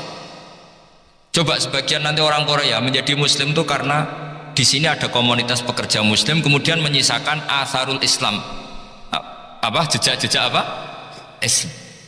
Enggak apa-apa, pasti kalimat ini tu'ti ukulaha kullahinin bi'izni rabbiha. Jadi kalimat tauhid adalah kalimat yang kata Allah tu'ti ukulaha kullahinin bi'izni rabbiha. Anda tidak usah khawatir bahwa apa yang Anda lakukan apapun kecilnya akan ditulis oleh Allah Subhanahu wa taala. Kata Allah wa naktubu ma qaddamu wa atharahum. Di mana di surat Yasin itu? Inna nahnu nuhyil mauta wa naktubu ma qaddamu wa atharahum. Saya bisa menghidupkan orang mati dan semua amal kalian saya tulis, kata Allah. Wa atharahum, dan jejak-jejak yang pernah kalian lakukan juga ditulis. Tak terangno kowe ora paham kok nek mlebu swarga dadi paham. Dadi iki pilihane ku loro. Dadi nek kowe saiki ra paham kok ning swarga paham. Nah saya paham kesoben pun rokok dadi ra paham. Dadi mun ra usah direncana mlebu napa? Rokok wae mlebu dhewe ora usah direncana ampun. Dados ngeten nggih, dados ahli swarga ya kurang penggawean, pancen salat wis ra wajib, wis ra ono pilpres, gak ono apa dadi kurang penggawean. Ahli swarga niku saking kurang penggaweane iku jagongan. Dadi misale kula Mustofa Ruhin jagongan, piye enak ning swarga? Ya enak. Zaman ning donya piye? Terus cerita, saya itu punya teman ateis, saya punya teman komunis yang ketika pertemanan dengan kita sering menghina kita karena kita ini percaya adanya hari kebangkitan. Teman saya itu sering melecehkan idza mitna wa kunna turaba wa idzaman inna lamadinun. Masa kita sudah jadi debu, jadi tulang belulang, kemudian kita akan dibalas amal-amal kita. Jadi singkat cerita, ini nunjukno nak wong soleh oleh kancanan wong dolim. Ya ini catatan ya, bahwa orang soleh itu zaman yang dunia oleh kancanan wong nopo dolim. Buktinya yang soleh ini masuk surga, kemudian kenangannya punya teman ateis. Zaman di dunia punya teman apa? Ateis. Entah temannya itu teman kerja atau teman kantor. Tentu tidak teman dalam akidah. Mungkin akidahnya tetap kita Islam, mereka ateis, tapi teman, entah faktor kantor, entah faktor profesi, entah faktor kerabat. Tapi yang jelas si orang penduduk surga ini punya kenangan, kami dulu punya teman ateis. Ini kanali korin. Yang teman saya yang anti Tuhan itu mengatakan, melecehkan saya, idza mitna wa kunna turaba wa idzaman inna lamadinun. Masa kita sudah jadi debu, jadi balung, tulang belulang, kemudian kita dihisab, atau kita nanti ada hari balasan. Nah terus ketika jagungan ini tadi saya bilang ahli swarga kurang penggawean no. Lah piye delok piye jare kanca-kancane moh ora melok di kanca jadi fayakuluna lah. Jadi ketika Ruhin muni ape delok jare Mustofa jare Kifat moh aku gak kancaku delok dhewe jare. Lah si Ruhin kan wong kurang penggawean mulai ning donya sampe ning swarga. Terus delok. Terus fattala'a fara'ahu fi sawail jahim. Bareng dekne delok ro kancane kejet-kejet ning neraka. Seneng dene. Jadi wong nak hasud itu antine swarga aja hasud. Seneng terus muni ngene, tawahi ing kita laturdin. Dulu kamu hampir saja menyesatkan saya. Hanya zaman dia ateis sempat ngerayu supaya Ruhin dadi napa? Ateis. Kowe Islam ya tutup kere, melok ateis ae. Wis kere, zina rawani, maling rawani gak enak. Soalnya sering dirayu-rayu gitu. Makanya bilang apa? Tawahi ing kita laturdin, kamu zaman di dunia hampir saja menyesatkan saya. Walau la ni'matu rabbi lakuntu minal muhdharin. Kalau saja saya tidak diberi nikmat Allah, aku kelakuanku ya koyo kowe, akhirnya masuk neraka koyo kowe. Nah terus ada soal talazudin, dia tanya tapi saking senenge. Afama nahnu banyitin. Coba lihat saya sekarang, apa saya sekarang mati? Tidak kan, saya tidak mati kan, cuma mati pertama saja, mati zaman di dunia. Sekarang saya hidup lagi. Artinya kamu yang dulu memungkiri ada kehidupan, dulu aku saiki tidak mati. Ternyata saya sekarang hidup dan dapat nikmat kowe ning neraka. Dadi ku nunjukno sunnahe manusa iku ora puas nak ora ngalahno musuhe. Nganti ning swarga iku ora lega nah. Dadi manusa iku hasudnya itu terlembagakan sampai akhir. Dadi wong-wong sing tau dimaki-maki kubu sebelah, iku nak kubu sebelah mlebu neraka. Iku kowe ning swarga gak marem nak gak delok. Dadi hasud iku ya seru napa? Jadi, nah kula pun boten, makome boten nonton, kula boten. Niku makome Ruhin barang dadi lari lho kan dinyak melarat, gendut, kriting mangkel. Kudu menangi sing ngenyek mlebu neraka. Aja sampe sing ngenyek kita mlebu swarga kene mlebu neraka. Wah, gak puas ya, no? Makanya gambarannya Quran itu manusia tetap manusia. Ketika orang kafir dengan segala kenikmatannya, misalnya mungkin Amerika, mungkin negara-negara yang sekarang kumo luhur dengan teori kapitalisnya, mungkin ngenyek Ethiopia, ngenyek Syria, ngenyek. Tapi apapun salahnya Syria, Ethiopia tetap iman, tetap suasana masuk surga. Meskipun ngurmat negara tidak pedes. Tapi yang ngurmat negara benar, tapi ngurmat iman tidak benar, bisa saja nanti masuk neraka. Itu makanya kita problem di dunia kan gitu. Makanya saya mohon, nah, umat Islam itu tidak perlu menjawab kritikan itu. Dari awal kita nanti enaknya itu di surga. Kali di dunia kita pasti salah. Ngelola negara raiso, banyak negara Islam sing carut, napa? Marut. Ngurus bojo raiso, banyak santri sing pegatan. Ngurus anak yo raiso, anak yo debu wuling kok bapak. Kita ini kan ngurus yayasan yo raiso. Kan semua yang berbau Islam mesti carut. Marut. Karena ya apa ya, dari awal kita ini mah nggak serius ngurus dunia. Kok serius piye nyimpen duit wedi dosa ana hisab. Ape riba rentenir wedi dosa. Ape ngatur dunia nemen-nemen wedi dosa. Allah al-mudabbir sing ngatur kok melu ngatur barang. Akhirnya karena wedi dosa terus goblok. Sebagian goblok klasik, sebagian keterusan. Nah, sing repot sing keterusan sampai asli lah iku terus kombinasi napa? Jadi wong Islam itu ora kober serius mengurus dunia. Kadang punya pemimpin fasik lah ben kono pek-pekan dunia. Jadi ribet wong Islam. Akhirnya kita ini dihina. Wa idza marru bihim yatakhamazun wa idza qalabu ila ahlihim qalabu fakihin wa idza ra'ahum qalu innaha ulaina ladallun. Orang-orang kafir itu kalau melewati orang Islam pasti ngenyek. Urip nyatane ngono, ngelola negara enggak bisa, ngelola keluarga enggak bisa. Nah nanti kalau kita di surga itu kata Allah fal yaumal ladzina amanu minal kufari yadhakun. Nanti di surga orang-orang iman gantian menertawakan orang-orang kafir. Jadi itu menunjukkan bahwa kita tidak pernah puas sebelum dendam menertawakan. Jadi wis ning swarga iku cita-citane mukmin tetep fal yaumal ladzina amanu minal kufari yadhakun. Jadi kowe sok ben ning swarga iku ya Allah kasih saya fasilitas bisa melihat penduduk neraka. Terus dia neng teras-teras warga dipertontonkan orang kafir alal aroiki yang turun hal suwibal kufaru makanu ya fa'alun delok saiki kowe mbek aku mulya ndi. Jadi dendam itu penting. Tapi sebenarnya ini swarga ini dunia wis kalah wis nurut ae no.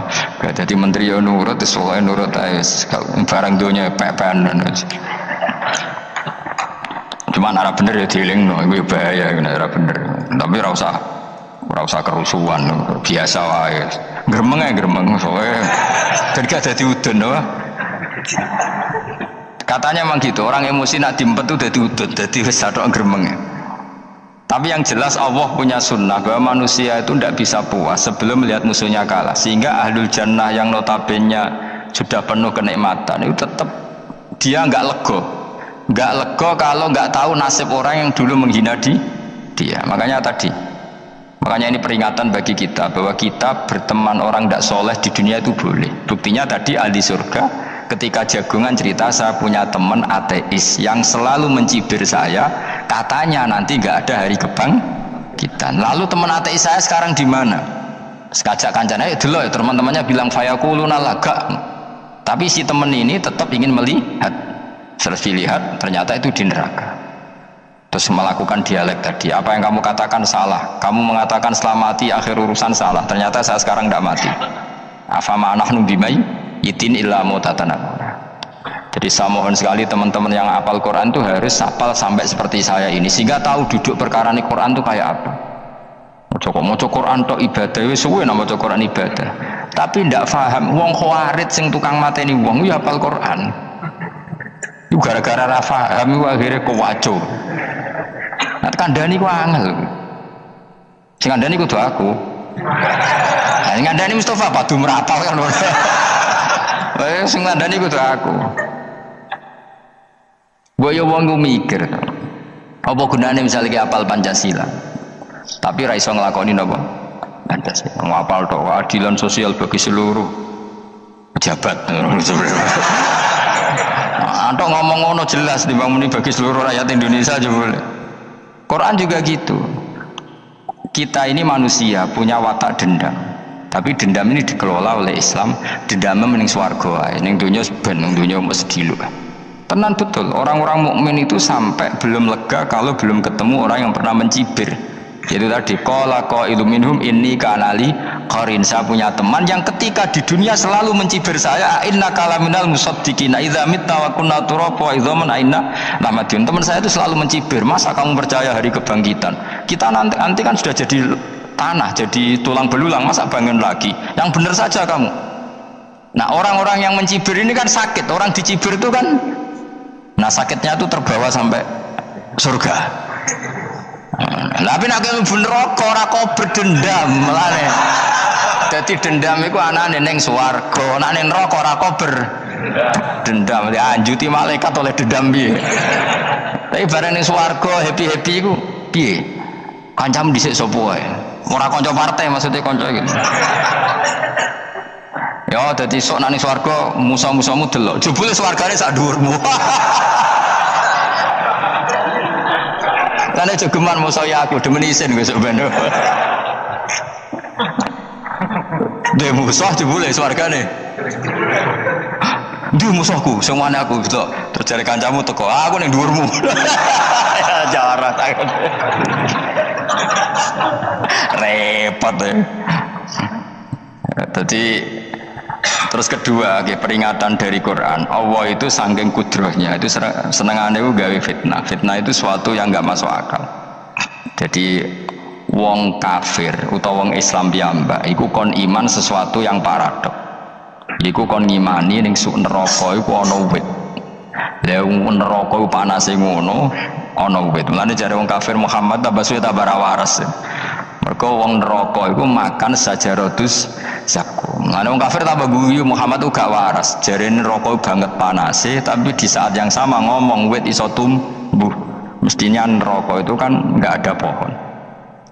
Mulane Allah nanti ngendikan wa ma ja'alna ru'yallati arainaka illa fitnatal linnas wasyajaratal mal'unata fil Qur'an. Jadi satu orang itu diuji disuruh ngimani Isra Mi'raj. Nabi yang tetap posisinya di Mekah diberitakan oleh Quran bahwa Nabi telah menembus langit Sabtu dalam lahdoh satu malam. Wong kafir malah guyu-guyu. Terus kedua ada pohon yang tumbuh di neraka.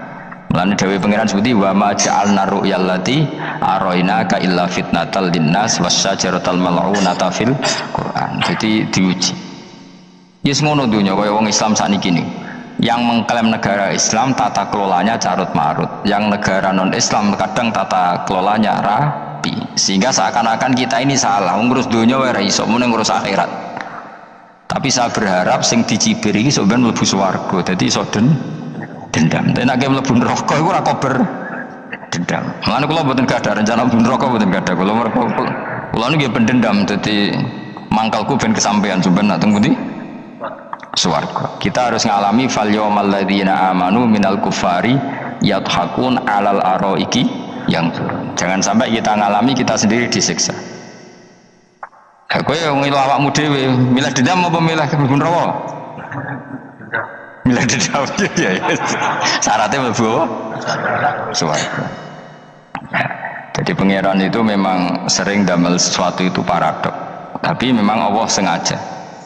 Mulane kula bolak-balik matur, ulama itu banyak, yang jaga akhlak ya banyak, yang jaga ilmu yang banyak. Kadang yang jaga ilmu itu yang akhirnya nyuwun sewu cangkem elek, dan itu penting. Saya di mana-mana bilang, sesuatu itu kadang nggak bisa dijelaskan secara baik-baik. Syaratnya kudu cangkem elek. Cuma karena itu nggak mungkin kita nisbatkan pada Nabi, ben aku wae sing tanggung jawab. Kalau nak dinisbatkan Nabi kan elek, maksud Nabi kok gerakan cangkem elek. Ben aku wae. Nak pancen salah, aku sing tanggung jawab. Teke nyalahno aku neraka, yakin neraka. Siji yo ora level, terus siji ora level. Dhisik sahabat itu akhirnya yo nyun sewu cara ora sahabat yo cangkem elek. Mergo mangkel. Ada orang munafik saking ora ajare ngene. Kenapa saya bikin gerakan cangkem elek? Kok janut dong. Kowe asli elek maksudnya cangkemmu wis elek ora kok. Engko nang darane aku harus gebak asli cangkemmu wis elek. Wis ngono perkara dunia orang perkara hak. Nah kan perkara hak, cek keren. Wong munafik itu saking mangkelno ning Kanjeng Nabi, saking kepengin Nabi itu ketok goblok, ketok salah. Iku kadang takok nggawa untane unta ya. Takok ya, "Mat, untaku iki sing ngawini untane sapa? Kok anake kok ora kembar?" Terus ana sahabat lho sing cangkem elek kaya Rohin.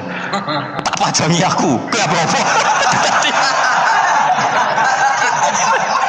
Oleh mudi ku nazautu alaiha, nazautu cara saya aku sing nyelingkuhi terus kabeh apa mergo gak trimo nabine dikei pertanyaan sing gak masuk akal. Paham? Begitu juga ketika mereka nyembah berhala Lata Uzza iku sing cangkem elek ya sahabat mergo nabi ra pantes cangkem elek bicara tuh aku gak bengi pas sampe nyembah berhalaku jebule pas diuyoi luwak. Aku mikir, mosok pangeran duwe luwak menengah iki apa-apaan? Dikencingi apa? Luwak. Ada lagi orang Bedui, orang munafik tanya, "Muhammad, idda'aita annaka utiyal wahya, kamu tuh mengklaim kamu dapat wahyu, sekarang unta saya hilang, lalu posisi unta saya di mana? Kamu idda'aital ghaib, kamu mengklaim tahu barang ghaib, sekarang unta saya di mana? Sahabat akhirnya kecangkeman, tak colong apa-apa pokoknya gak mana, pokoknya butuhnya mangkel lo, bodoh mangkel lo nih. Mereka gak terima Nabi ini nggo pertanyaan-pertanyaan yang tidak mendidik, yang menyudutkan. Yang paling parah mau nazautu alaiha, ya aku sing nyelunggi wae apa-apa. Nah sama misalnya orang kafir bilang orang Swiss lebih bahagia timbang orang Eropa, orang Ethiopia, orang Eropa lebih bahagia ketimbang orang Syria.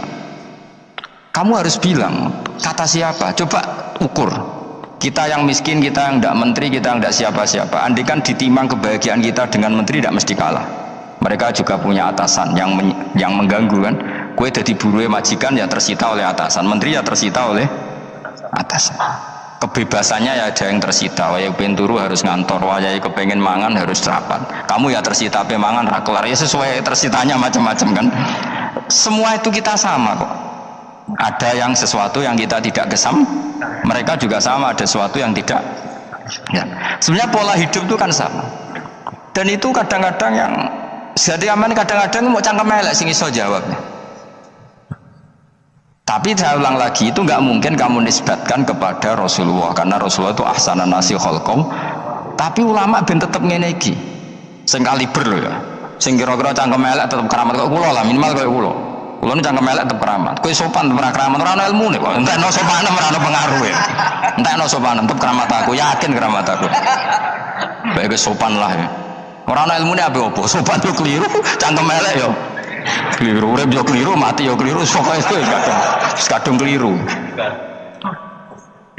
Ono ulama diomongi, Pak Yai, kalau neraka itu, kalau setan dari api, kemudian setan disiksa api kan sejenis, susahnya apa? Kiai ini mangkel terus ngambil segenggam tanah di sawur ora ini. Loro ya, jari ke kota tanah, kena tanah kok loro. Tidak bisa seperti ini diberi penjelasan baik-baik. Setan itu kok geni Pak Yai, jari disiksa di neraka kan nggak apa-apa, sama-sama api. Kiai ini ngambil tanah sawur ora ini. Barang mau sakit Kiai, jari kota tanah, kena tanah kok sakit. Hanya jangan katakan kalau setan dari api kena api tidak sakit. Coba kamu kasih penjelasan baik-baik. Ngapunten nggih, umpami jenengan nggih, ngapunten lho nggih. Ngapunten lho nggih, umpami jenengan nggih. Ngapunten lho. Kesuwen. Umpami jenengan kena tanah seputi iki mboten napa-napa, kena tanah kula biasa ya. Kan kesuwen. Tidak mbok sawuri raine. Terus keliliben padahal materi manusia dari tanah, ternyata kena tanah sakit. Saya akan ngaji tentang betapa mudahnya berbuat baik dan betapa mudahnya bersosialisasi yang jadi kebutuhan sosial masyarakat. Kemudian di saat yang sama sebagai kebaikan menurut Islam. Ini saya baca kitab yang sangat otoritatif, yaitu kitab Sahih Muslim, di mana kita tahu dalam Islam pegangan ahli sunnah wal jamaah juga pegangan ulama seluruh dunia adalah Al-Kutubus Sittah, kitab 6 diantaranya yang hadis Bukhari Muslim. Di sini ketika Nabi ditanya tentang beberapa kebaikan, yaitu dari pertanyaan ayul a'mali afdal, amal apa yang terbaik, di antaranya Nabi menyebut sekian: iman billah, iman kepada Allah Ta'ala. Kemudian ini yang penting dilakukan semua pemimpin, oleh bupati, oleh wakil bupati, oleh seluruh pemimpin, baik struktural maupun kultural, maupun pemimpin kecil, yaitu di keluarga. Yaitu Nabi ngendikan di antara misi Islam adalah memperdekakan budak. Kemudian ada yang lagi tanya lagi, fa'illam af'ad, lalu dari sekian kebaikan yang butuh biaya itu saya tidak mampu melakukan ya Rasulullah. Kalau nyumbang masjid saya tidak mampu, kalau berbuat bikin fasilitas umum saya tidak mampu. Ada yang sekian pertanyaan dari sahabat, kalau misalnya kebaikan yang butuh biaya kami tidak mampu, termasuk di sini disebutkan kemampuan berhaji, kemampuan zakat, kemampuan sedekah, kalau semua itu kami tidak mampu ya Rasulullah. Kata Nabi, tu'inu shani'an aw tasna'u li akhraq. Ini di Sahih Muslim di bab iman dengan judul Babu bayani kaunil iman billah afdalal a'mal.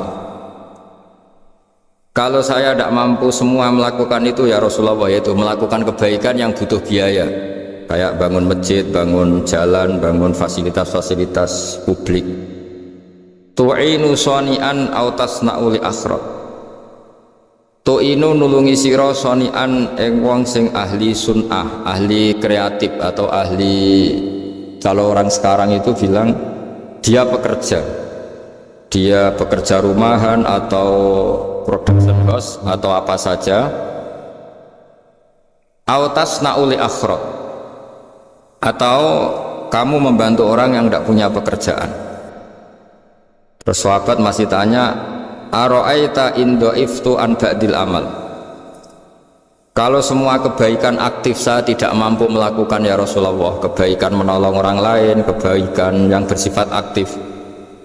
Jawabnya Nabi, dan ini pegangan saya, pegangan kita semua, panduan dari Rasulullah SAW. Nabi ngendikan, takufu syarraka 'anin nas fa innaha shadaqatun minka 'ala nafsik. Ya, saya ulang lagi, takufu syarraka 'anin nas fa innaha shadaqatun minka 'ala nafsik.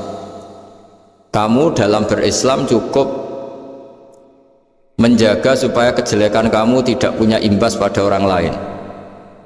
Ya, ini penting dalam Islam. Jadi kalau tidak bisa berbuat baik, potensi keburukan kita jangan sampai menimpa orang lain. Keburukan itu bisa kejahatan kriminal, bisa kejahatan pidana atau merugikan orang lain, atau kejahatan yang tidak sampai kriminal tapi mengganggu orang lain. Misalnya contoh gampang ini, saya sumpek-sumpeknya sendiri ingin jalan-jalan, main di teman yang di jam kerja. Ini kan sumpek-sumpeknya saya sendiri ingin hiburan, terus wisata atau dolan ke teman yang sebetulnya saat itu dia mungkin ngaji atau kerja atau harus memenuhi kewajiban cari nafkah. Gara-gara nemuin saya akhirnya dia dikomplain sama majikannya, atau gara-gara nemuin saya dia akhirnya tidak ngaji sama santrinya, atau gara-gara nemuin saya dia terganggu aktivitasnya. Itu juga tidak boleh, karena berarti keburukan kita punya akibat pada orang lain. Jadi kaidah dalam Islam itu kalau tidak berbuat baik, potensi keburukan kita ini jangan sampai menimpa orang lain. Sehingga di sini Islam menyarankan uzlah. Uzlah itu nyepi. Jadi misalnya kita baru penat, baru bawaannya itu emosi, baru gak suka kumpul orang, itu ya sebaiknya jangan jalan-jalan. Karena di antara kebaikan Islam itu tabassum, senyum, atau talqatu wajhin, ceria. Tapi karena kita mungkin jatuh kredit, jatuh hutang, atau punya masalah keluarga, sehingga bawaan kita itu emosi. Nah, dalam seperti ini sebaiknya uzlah, menutup diri. Sehingga kata Rasulullah SAW, dalam zaman akhir di antara kebaikan itu kamu meninggalkan manusia aktivitasnya, kemudian watada'un nas min syarrik, kamu meninggalkan manusia supaya nggak kena keburukan kamu. Jadi ada momen, ada saat dimana kita mungkin kalau ketemu orang itu bawaannya ingin sengak, ingin ngomong yang nggak enak, atau kita baru penat, itu sebaiknya uzlah saja, mengurung diri di kamar atau isolasi sendiri, karena bawaannya baru emosi. Nah, ini yang jarang dipraktekkan. Kalau sekarang malah banyak yang saat susah malah bawaannya ingin namam, ingin menvonis orang lain atau ngadili orang lain. Padahal pesannya Nabi, kalau semua kebaikan aktif tidak bisa kamu lakukan itu, takuffu syarraka 'anin nas fa innaha shadaqatun minka 'ala nafsik. Sehingga keburukan kita, ya saya ulang lagi, keburukan kita yang ingin emosi, ingin apa, itu tidak punya akibat orang lain. Di sini kearifannya Rasulullah SAW, beliau masyhur ngendikan, layak dilqodi wa ghadban. Jangan sampai seorang hakim bikin keputusan ketika emosi, karena bawaannya orang emosi itu pasti nggak terkontrol intelektualnya, nggak terkontrol nuraninya, nggak terkontrol semua sifat baiknya. Itu kalau punya keputusan bahaya sekali. Sehingga Nabi dari awal ngendikan layak dilqadi wa khutban, orang yang sedang emosi tinggi jangan bikin keputusan penting. Kemudian oleh ulama diteruskan juga jangan bikin keputusan penting orang yang sangat lapar atau yang sangat kenyang atau yang sangat ngantuk atau yang super sibuk. Jadi hal-hal yang potensi buruk dalam mengambil keputusan itu harus ditinggalkan. Sehingga misalnya bupati atau wakil bupati kalau sedang tidak nyaman dengan suasana apa, nggak boleh rapat kemudian memutuskan keputusan penting. Itu juga kiai dan semuanya. Nah ini yang supaya otoritatif. Kenapa saya bawa kitab itu logikanya jelas ya. Kita sebagai dai, sebagai ustadz, atau sebagai mubaligh, atau sebagai siapa saja yang ingin kita wariskan ke umat Rasulullah adalah dawuh-dawuhnya Nabi. Dan kalau kita ngaji tidak pakai kitab, itu sebenarnya umat kita jejali dengan pikiran kita, dengan ide kita. Jangan-jangan ide kita, pikiran kita ini tidak mewarisi pikiran Islam, tapi pikiran kita atau emosi kita. Tapi kalau kita baca kitab, artinya umat ini berhak mendapat apa yang diteladankan dan disabdakan oleh Rasulullah SAW. Tapi kalau kita, itu pasti inginnya itu kita. Misalnya kita Bupati Banyuwangi, mungkin kita akan cerita Banyuwangi dengan asik, tapi bagi daerah lain apa urgensinya bagi saya.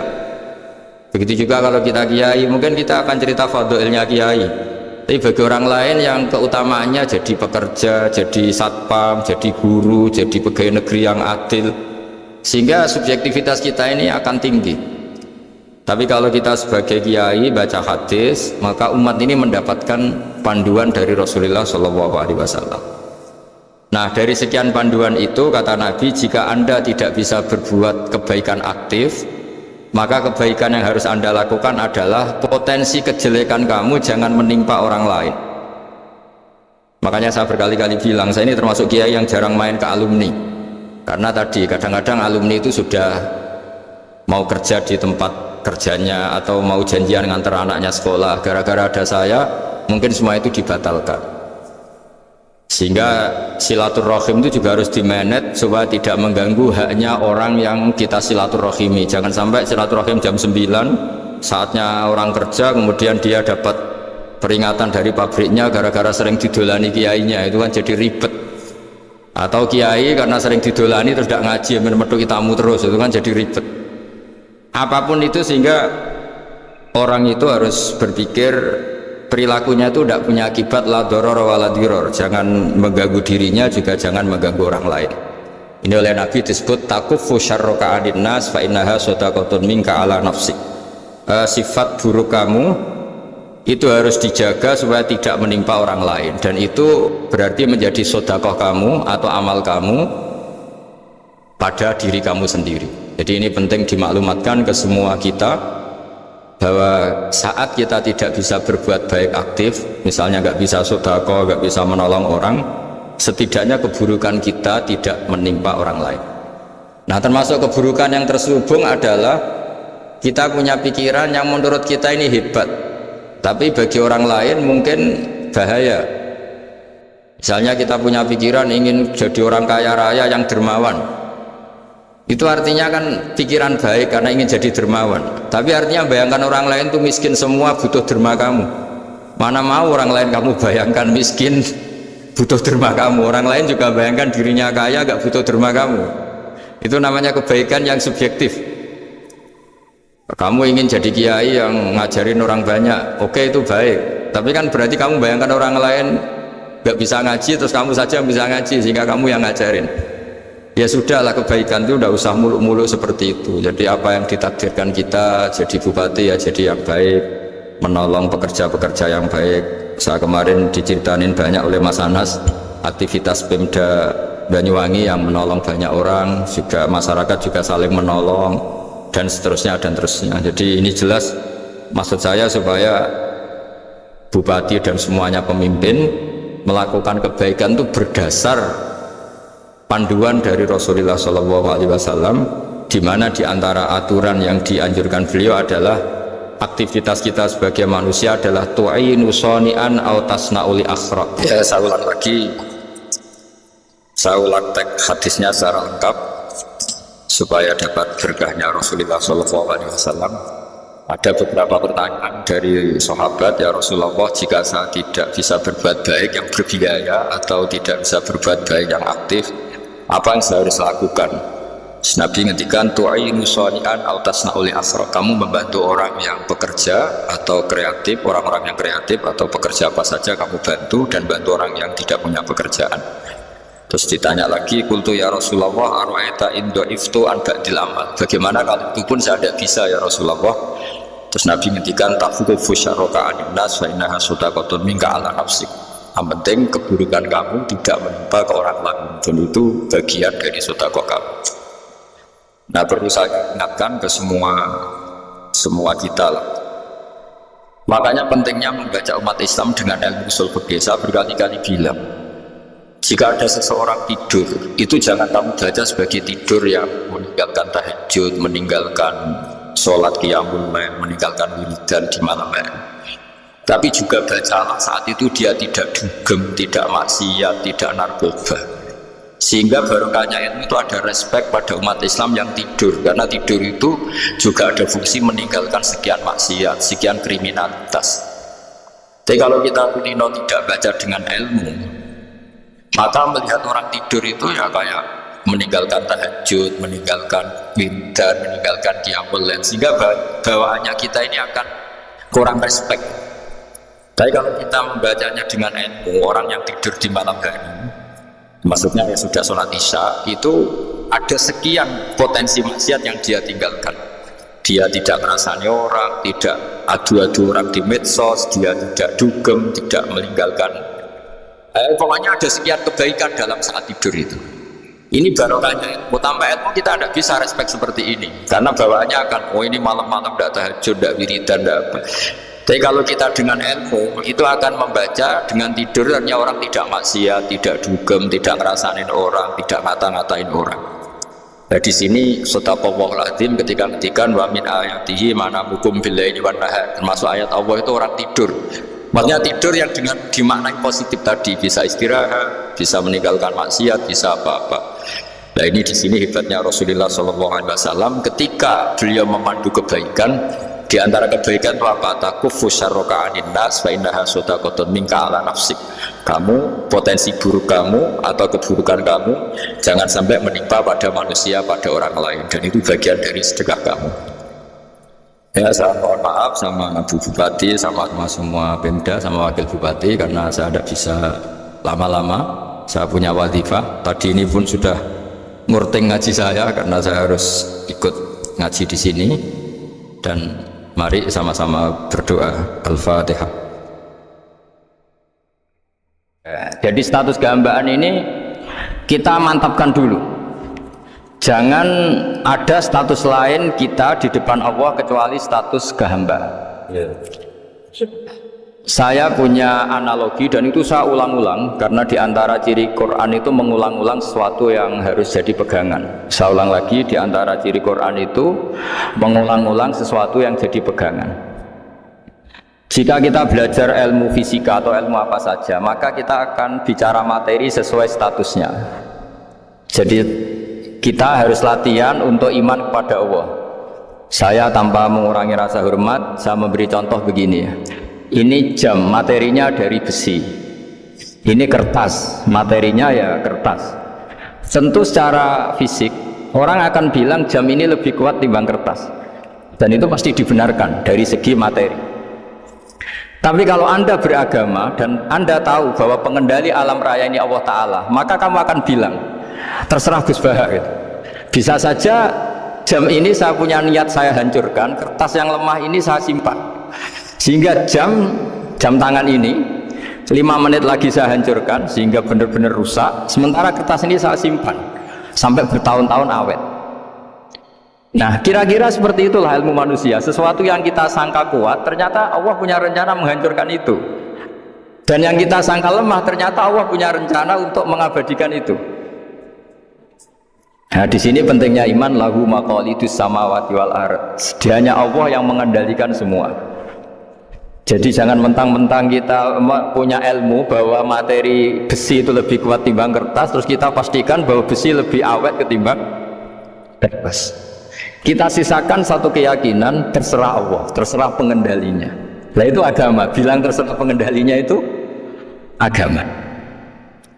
Ya mungkin tadi aja problem sinyal, saya ulang lagi. Ibarat saya ini megang jam tangan yang materinya dari besi, ini kertas yang materinya lemah. Tentu kita akan bilang bahwa jam atau besi lebih kuat ketimbang apa? Kertas. Tapi Anda salah. Anda harusnya ngomong bahwa terserah pengendalinya. Bisa saja saya punya rencana menghancurkan besi ini sehingga 5 menit lagi hancur, dan saya ingin mengabadikan kertas ini, saya simpan di tempat yang aman. Nah kira-kira agama itu bukan anti ilmu, sehingga agama boleh kamu mengatakan besi ini lebih kuat ketimbang kertas, tapi harus kamu tambahi dari segi materi. Tapi kalau dari segi pengendalinya, maka kita jawab terserah Allah Subhanahu wa ta'ala. Nah ini di sini pentingnya beragama. Jadi meskipun Mars itu kayak apa kuatnya, bumi gunung kayak apa kuatnya, ternyata gunung yang kita kira kuat ternyata nyimpan magma yang potensi meledak. Yang gunung kecil yang kelihatan dari pasir kecil yang tidak berdaya ternyata nggak nyimpan magma, jadi nggak direncanakan untuk diledakkan. Itu, nah agama itu seperti itu yang disebut di surat Yasin misalnya. Allah itu siapa? Biyadihi malakutu kulli, yang dalam kendalinya itu semuanya di alam raya ini. Sehingga di kehidupan nyata juga sama. Ada orang yang nekuni ilmu ekonomi tapi miskinnya Masya Allah. Ada yang gobloknya Masya Allah tapi kaya. Ada kiai yang punya doa banyak, hidupnya biasa. Yang nggak punya doa kaya. Itu saya pernah baca di sebuah hadis qudsi. Ada riwayat begini, Nabi Musa ketemu Allah, ditanya, limadza, kata Allah, kenapa saya memberi rezeki orang yang bodoh? Mak itu orang yang bodoh sekali. Kadang tak ciptakan dia jadi orang kaya, dan yang pintar ekonomi kadang tak ciptakan jadi orang miskin. Si Nabi ini tanya, kenapa ya Allah?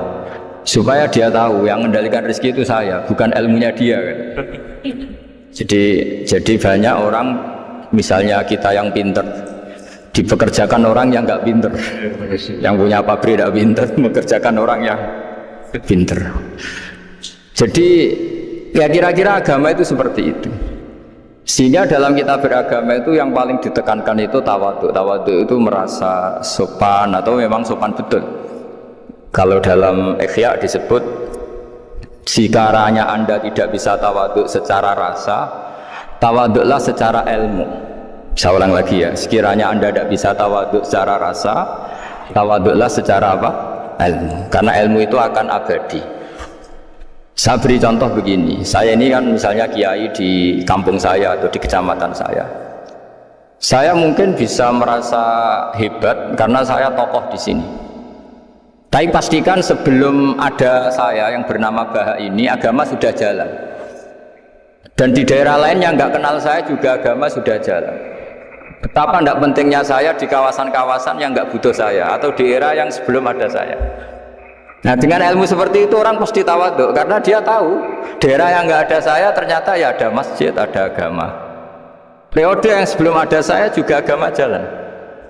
Sehingga kita tidak kumo luhur, wah kalau nggak ada saya agama nggak jalan. Zaman Wali Songo tidak ada saya agama ya jalan. Ekonomi juga gitu.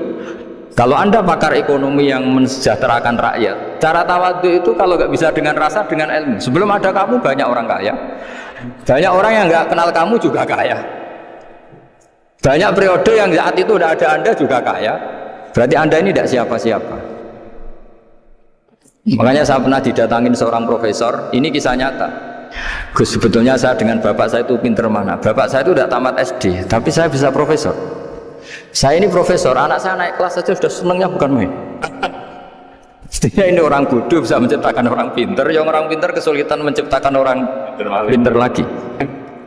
Nah, kalau kita tidak bisa tawadhu secara rasa, tawadhulah secara ilmu. Ikhlas juga gitu, saya sering ngajarkan ikhlas di beberapa kesempatan ngaji. Kalau Anda tidak bisa ikhlas secara rasa, ikhlaslah secara ilmu, pasti bisa, bukan mungkin bisa, pasti bisa. secara ilmu. Makanya di Quran disebut fa'lam annahu la ilaha illallah. Ilmu, fa'lam itu dari kata ilmu. Saya beri contoh, saya mulai kecil sampai sekarang saya sekitar umur 50 tahun. Mulai kecil sampai sekarang itu ya bilang kalau kertas ini putih. Itu ya ada yang gaji, ada yang bayar, tapi saya selalu bilang kertas ini putih. Yang hitam ya saya katakan hitam, yang merah saya katakan merah. Kenapa? Karena itu fakta. Saya ulang lagi, karena itu fakta. Sehingga saya untuk mengatakan putih tidak perlu ada yang bayar. Sehingga ketika kita latihan sholat, latihan ibadah dan mengakui Allah itu sebagai Tuhan kita akan malu. Loh, faktanya Allah itu kan Tuhan. Mau mengatakan fakta kok minta upah, ini gimana? Kita mengatakan Allah Tuhan itu sama dengan mengatakan kertas ini putih, sama-sama itu fakta. Sama seperti saya mengatakan Pak Jokowi itu presiden kami, itu kan fakta. Masa nunggu kalau dikasih BLT ada katakan presiden, kalau enggak ya enggak. Itu kan ribet jadi. Pak Manut misalnya rektor UGM, mbok saya enggak digaji di sana atau enggak kerja di sana, bilang kalau beliau itu rektor. Pak Ganjar gubernur Jawa Tengah, mbok saya dikenal apa enggak ya beliau tetap gubernur. Lama sekali kita mengatakan fakta itu ikhlas. Ikhlas itu artinya enggak minta apa-apa, karena kita ingin ngomong sesuai fakta. Nah Allah Tuhan itu fakta gitu. Nah kenapa untuk mengatakan Allah Tuhan nunggu? Dah saya ini Tuhan kamu, ya nunggu dulu Gusti, kalau engkau masukkan kami ke surga engkau Tuhan, kalau enggak ya enggak jadi. Itu tidak bisa seperti itu, yang tetap Tuhan. Nah kalau anda tidak bisa ikhlas secara rasa, ikhlaslah secara ilmu. Ilmu ya tadi kita akan selalu bilang yang putih putih, yang hitam hitam. Makanya ini pentingnya ilmu. Tawaduk juga gitu. Kalau anda ditakdir orang yang GR, yang gede rumongso, ditakdir orang yang kumo luhur, secara rasa bisa dilawan secara ilmu. Ada periode di mana sebelum ada kita, yang kaya ya banyak, yang dapat hidayat ya banyak, yang terpelajar ya banyak. Ada daerah yang nggak kenal kita, nyatanya pendidikan di situ jalan, sistem sosial baik. Betapa tidak pentingnya kita. Nah ini nanti memaksa kita atau melatih kita untuk tawaduk. Nah dari hikmah ilmu itu kemudian kita minta maaf sama orang lain itu mudah, karena kita sadar bahwa adanya kita ini problem. Saya sering digojok orang-orang kaya. Orang-orang kaya itu ya kadang agak kurang ajar tapi nggak bisa dibantah. Begini, pernah tanya saya gini, Gus, saya ini punya mobil mahal, harganya 2 miliar. Kayaknya yang berhak pakai jalan raya saya kan. Bisa, bayarnya pajak saya mahal. Sehingga kayaknya paling pantas saya. Yang naik ontel itu kan nggak bayar pajak. Harusnya nggak boleh pakai jalan. Terus saya bilang, mbah-mbahnya yang naik ontel itu pejuang, bapak kamu enggak. Kamu nggak warisnya. Artinya ada teori dalam kitab hikam itu kitab tasawuf dalam pesantren. Itu kebaikan saja di soal. Misalnya begini, kita ini bangga sebagai urip yang tertib, hidup yang tertib di kantor, di tempat-tempat pekerjaan. Tapi kalau itu semua terjadi, kalau ada kecelakaan di jalan itu nggak ada yang nolong langsung. SAR paling efektif, tim penolong paling efektif ya orang-orang nganggur itu. Orang-orang yang di jalan-jalan di perapatan itu kalau ada kecelakaan langsung nolong. Itu nanti ambulan itu yang kedua, ketiga, yang nolong pertama ya orang-orang yang nganggur-nganggur di jalan itu. Ada orang tersesat nolong. Maka ketika seorang sahabat tanya, ya Rasulullah, kalau engkau melarang kita jagongan di jalan itu kita tidak bisa. Tapi kata Nabi, ya silahkan saja, tapi aduh petorik, kamu di jalan itu datangkan. Apa itu? Ya kamu bisa amar ma'ruf nahi mungkar. Coba kalau di terminal, di tempat publik banyak orang yang soleh, itu nanti copet ya sungkan, yang mau jambret ya sungkan, karena yang di situ orang-orang soleh. Nanti yang nggak sholat juga sungkan, karena yang di situ banyak yang sholat. Jadi kenyamanan orang pergi jauh di tempat-tempat sepi itu ya barokahnya orang-orang nganggur terus ngaji, wah nengkono masih rame, ada orang yang di perapatan, di pertigaan. Bayangkan kalau ini orang-orang soleh, pasti itu nyaman, karena wilayah publik dihuni orang-orang yang soleh. Tapi orang pasti bilang itu nggak tertib. Kita inginnya hidup ya tertib di kantor atau yang suka di masjid, di masjid. Tapi kalau itu terjadi, itu nggak ada tim SAR gratis yang setiap saat kalau ada orang kecelakaan nolong. Makanya dalam makalah hikam itu paling masyhur diantaranya itu, manusia itu siapa? Manusia itu mangkanat mahasinuhu masawiyah, fakih falatakun masawihi masawiyah. Manusia itu orang yang saat baik saja ada salahnya, apalagi masalah. Jadi kalau kamu punya toko, lagi laris, dan saat laris itu Anda ngerumat keluarga Anda melakukan kebaikan pada keluarga Anda, pasti ada tokoh lain yang termahjubkan, yang tersingkirkan. Makanya saya pernah diskusi sama kiai besar, guyonan sama saya. Kita kalau kiai besar sebaiknya kalau diundang di musola kecil datang apa enggak? Kata kiai yang satu, jangan datang Gus, itu jatahnya kiai kecil. Terus kata yang satu, datang Gus sebagai bukti tawaduk bahwa kita kiai besar pun mau diundang yang kecil. Akhirnya kita ini ya kadang datang kadang enggak, karena kadang kita enggak datang supaya jatah rezeki kiai kecil enggak terambil. Kadang ya mau datang supaya dikira tawaduk. Makanya kalau seorang profesor sering terubah di bawah itu ya kasihan yang S1, SPDI itu kan nanti nggak jadi bintang kalau profesornya sering turun. Kalah terus itu. Jadi kadang-kadang itu orang tuh harus berpikir secara ilmu, jangan rasa terus. Jadi itu ilmu. Jadi semua yang kebaikan yang kita lakukan itu secara ilmiah bisa diperdebatkan. Ada orang senang ngomong serius supaya bangsa ini maju. Tapi bapak saya itu pesan saya, kamu kalau ngiyai itu jangan sering ngomong serius kan. Masyarakat sudah capek mikir utang, mikir keluarga. Jadi itu sowan kiai tidak ngomong serius lagi nanti capek kan. Sehingga kiai dulu itu kalau ketemu orang ya guyon terus. Karena tahu masyarakat sudah capek, sudah banyak yang takut tanggal kredit gitu. Sudah takut tanggal kredit, takut problem sowan kiai diancam neraka lagi, itu kan ketakutan berkali-kali. Jadi makanya ini kan kebaikan itu dievaluasi karena kita tidak nabi, tidak wali. Jadi kalau kata hikam itu apa yang Anda kira baik itu ada masalah, apalagi sedang masalah. Saya sering cerita ada orang suami istri harmonis sekali.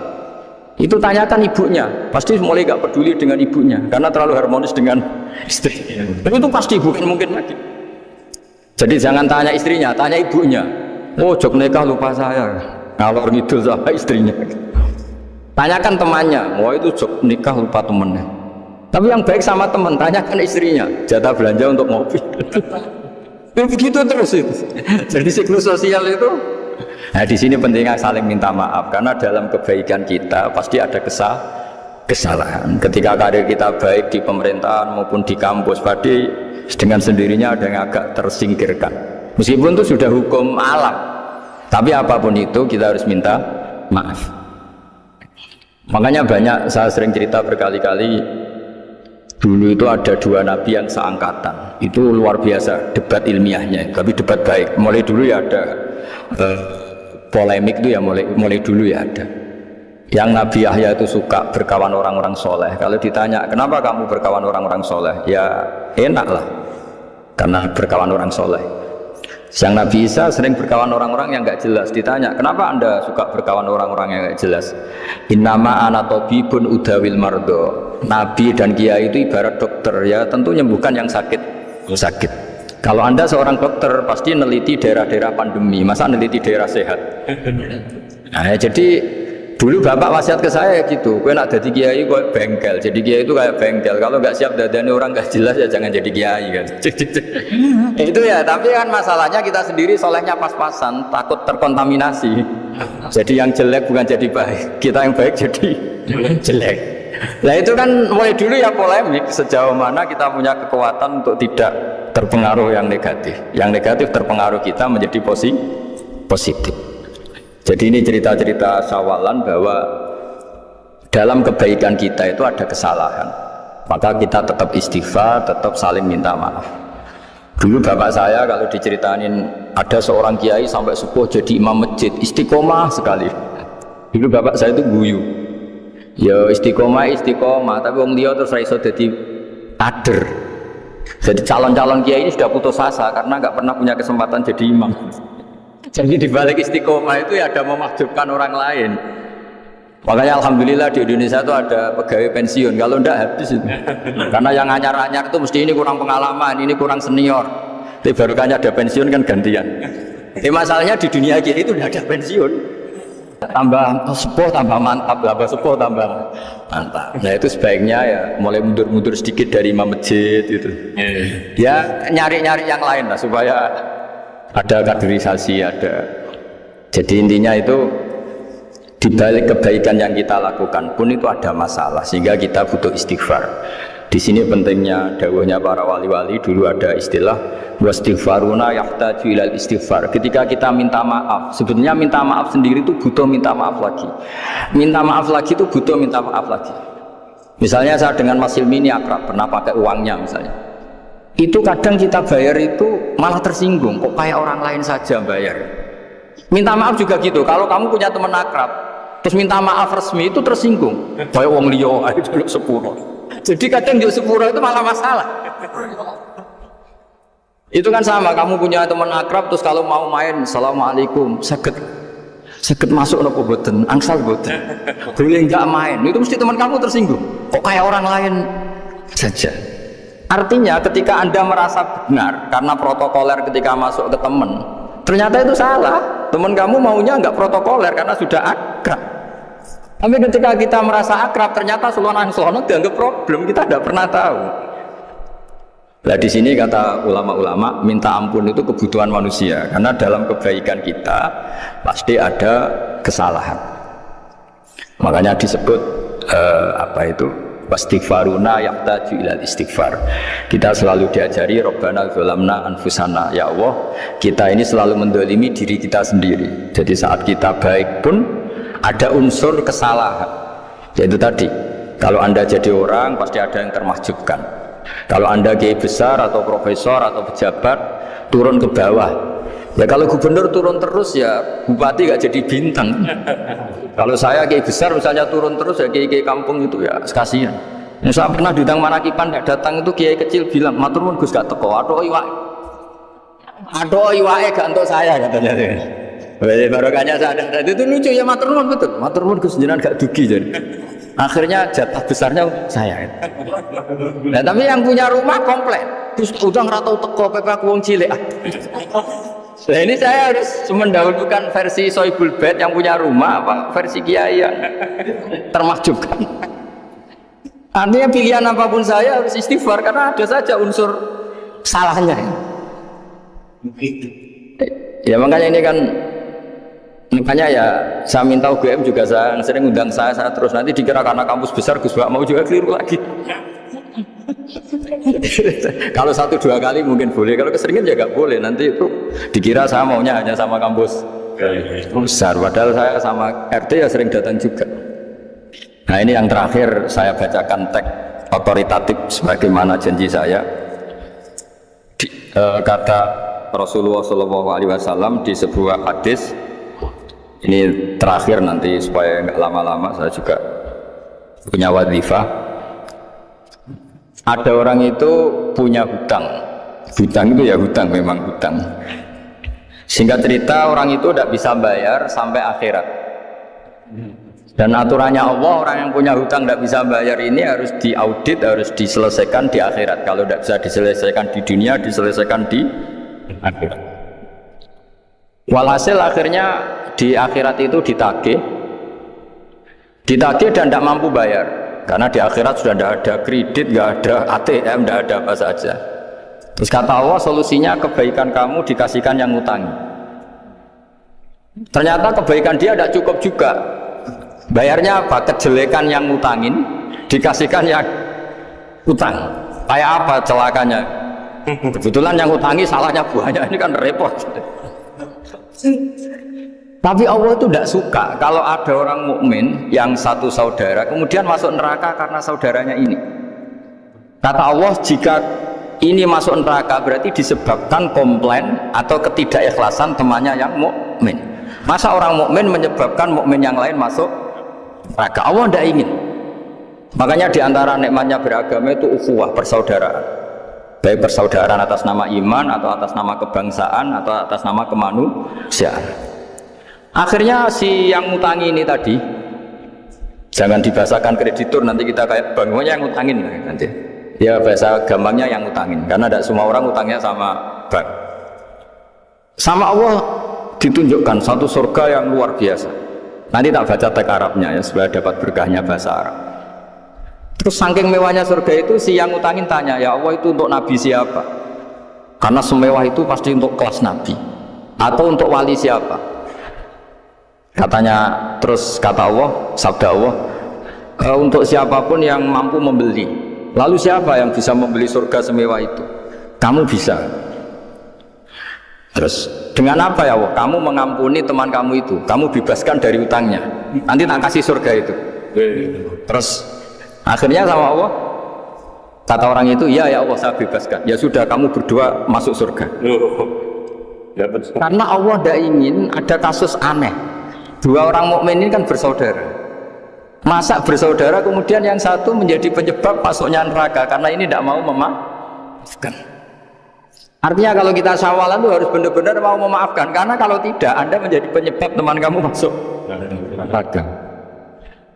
Jadi kita janganlah jadi orang mukmin yang menjadi problem bagi saudara.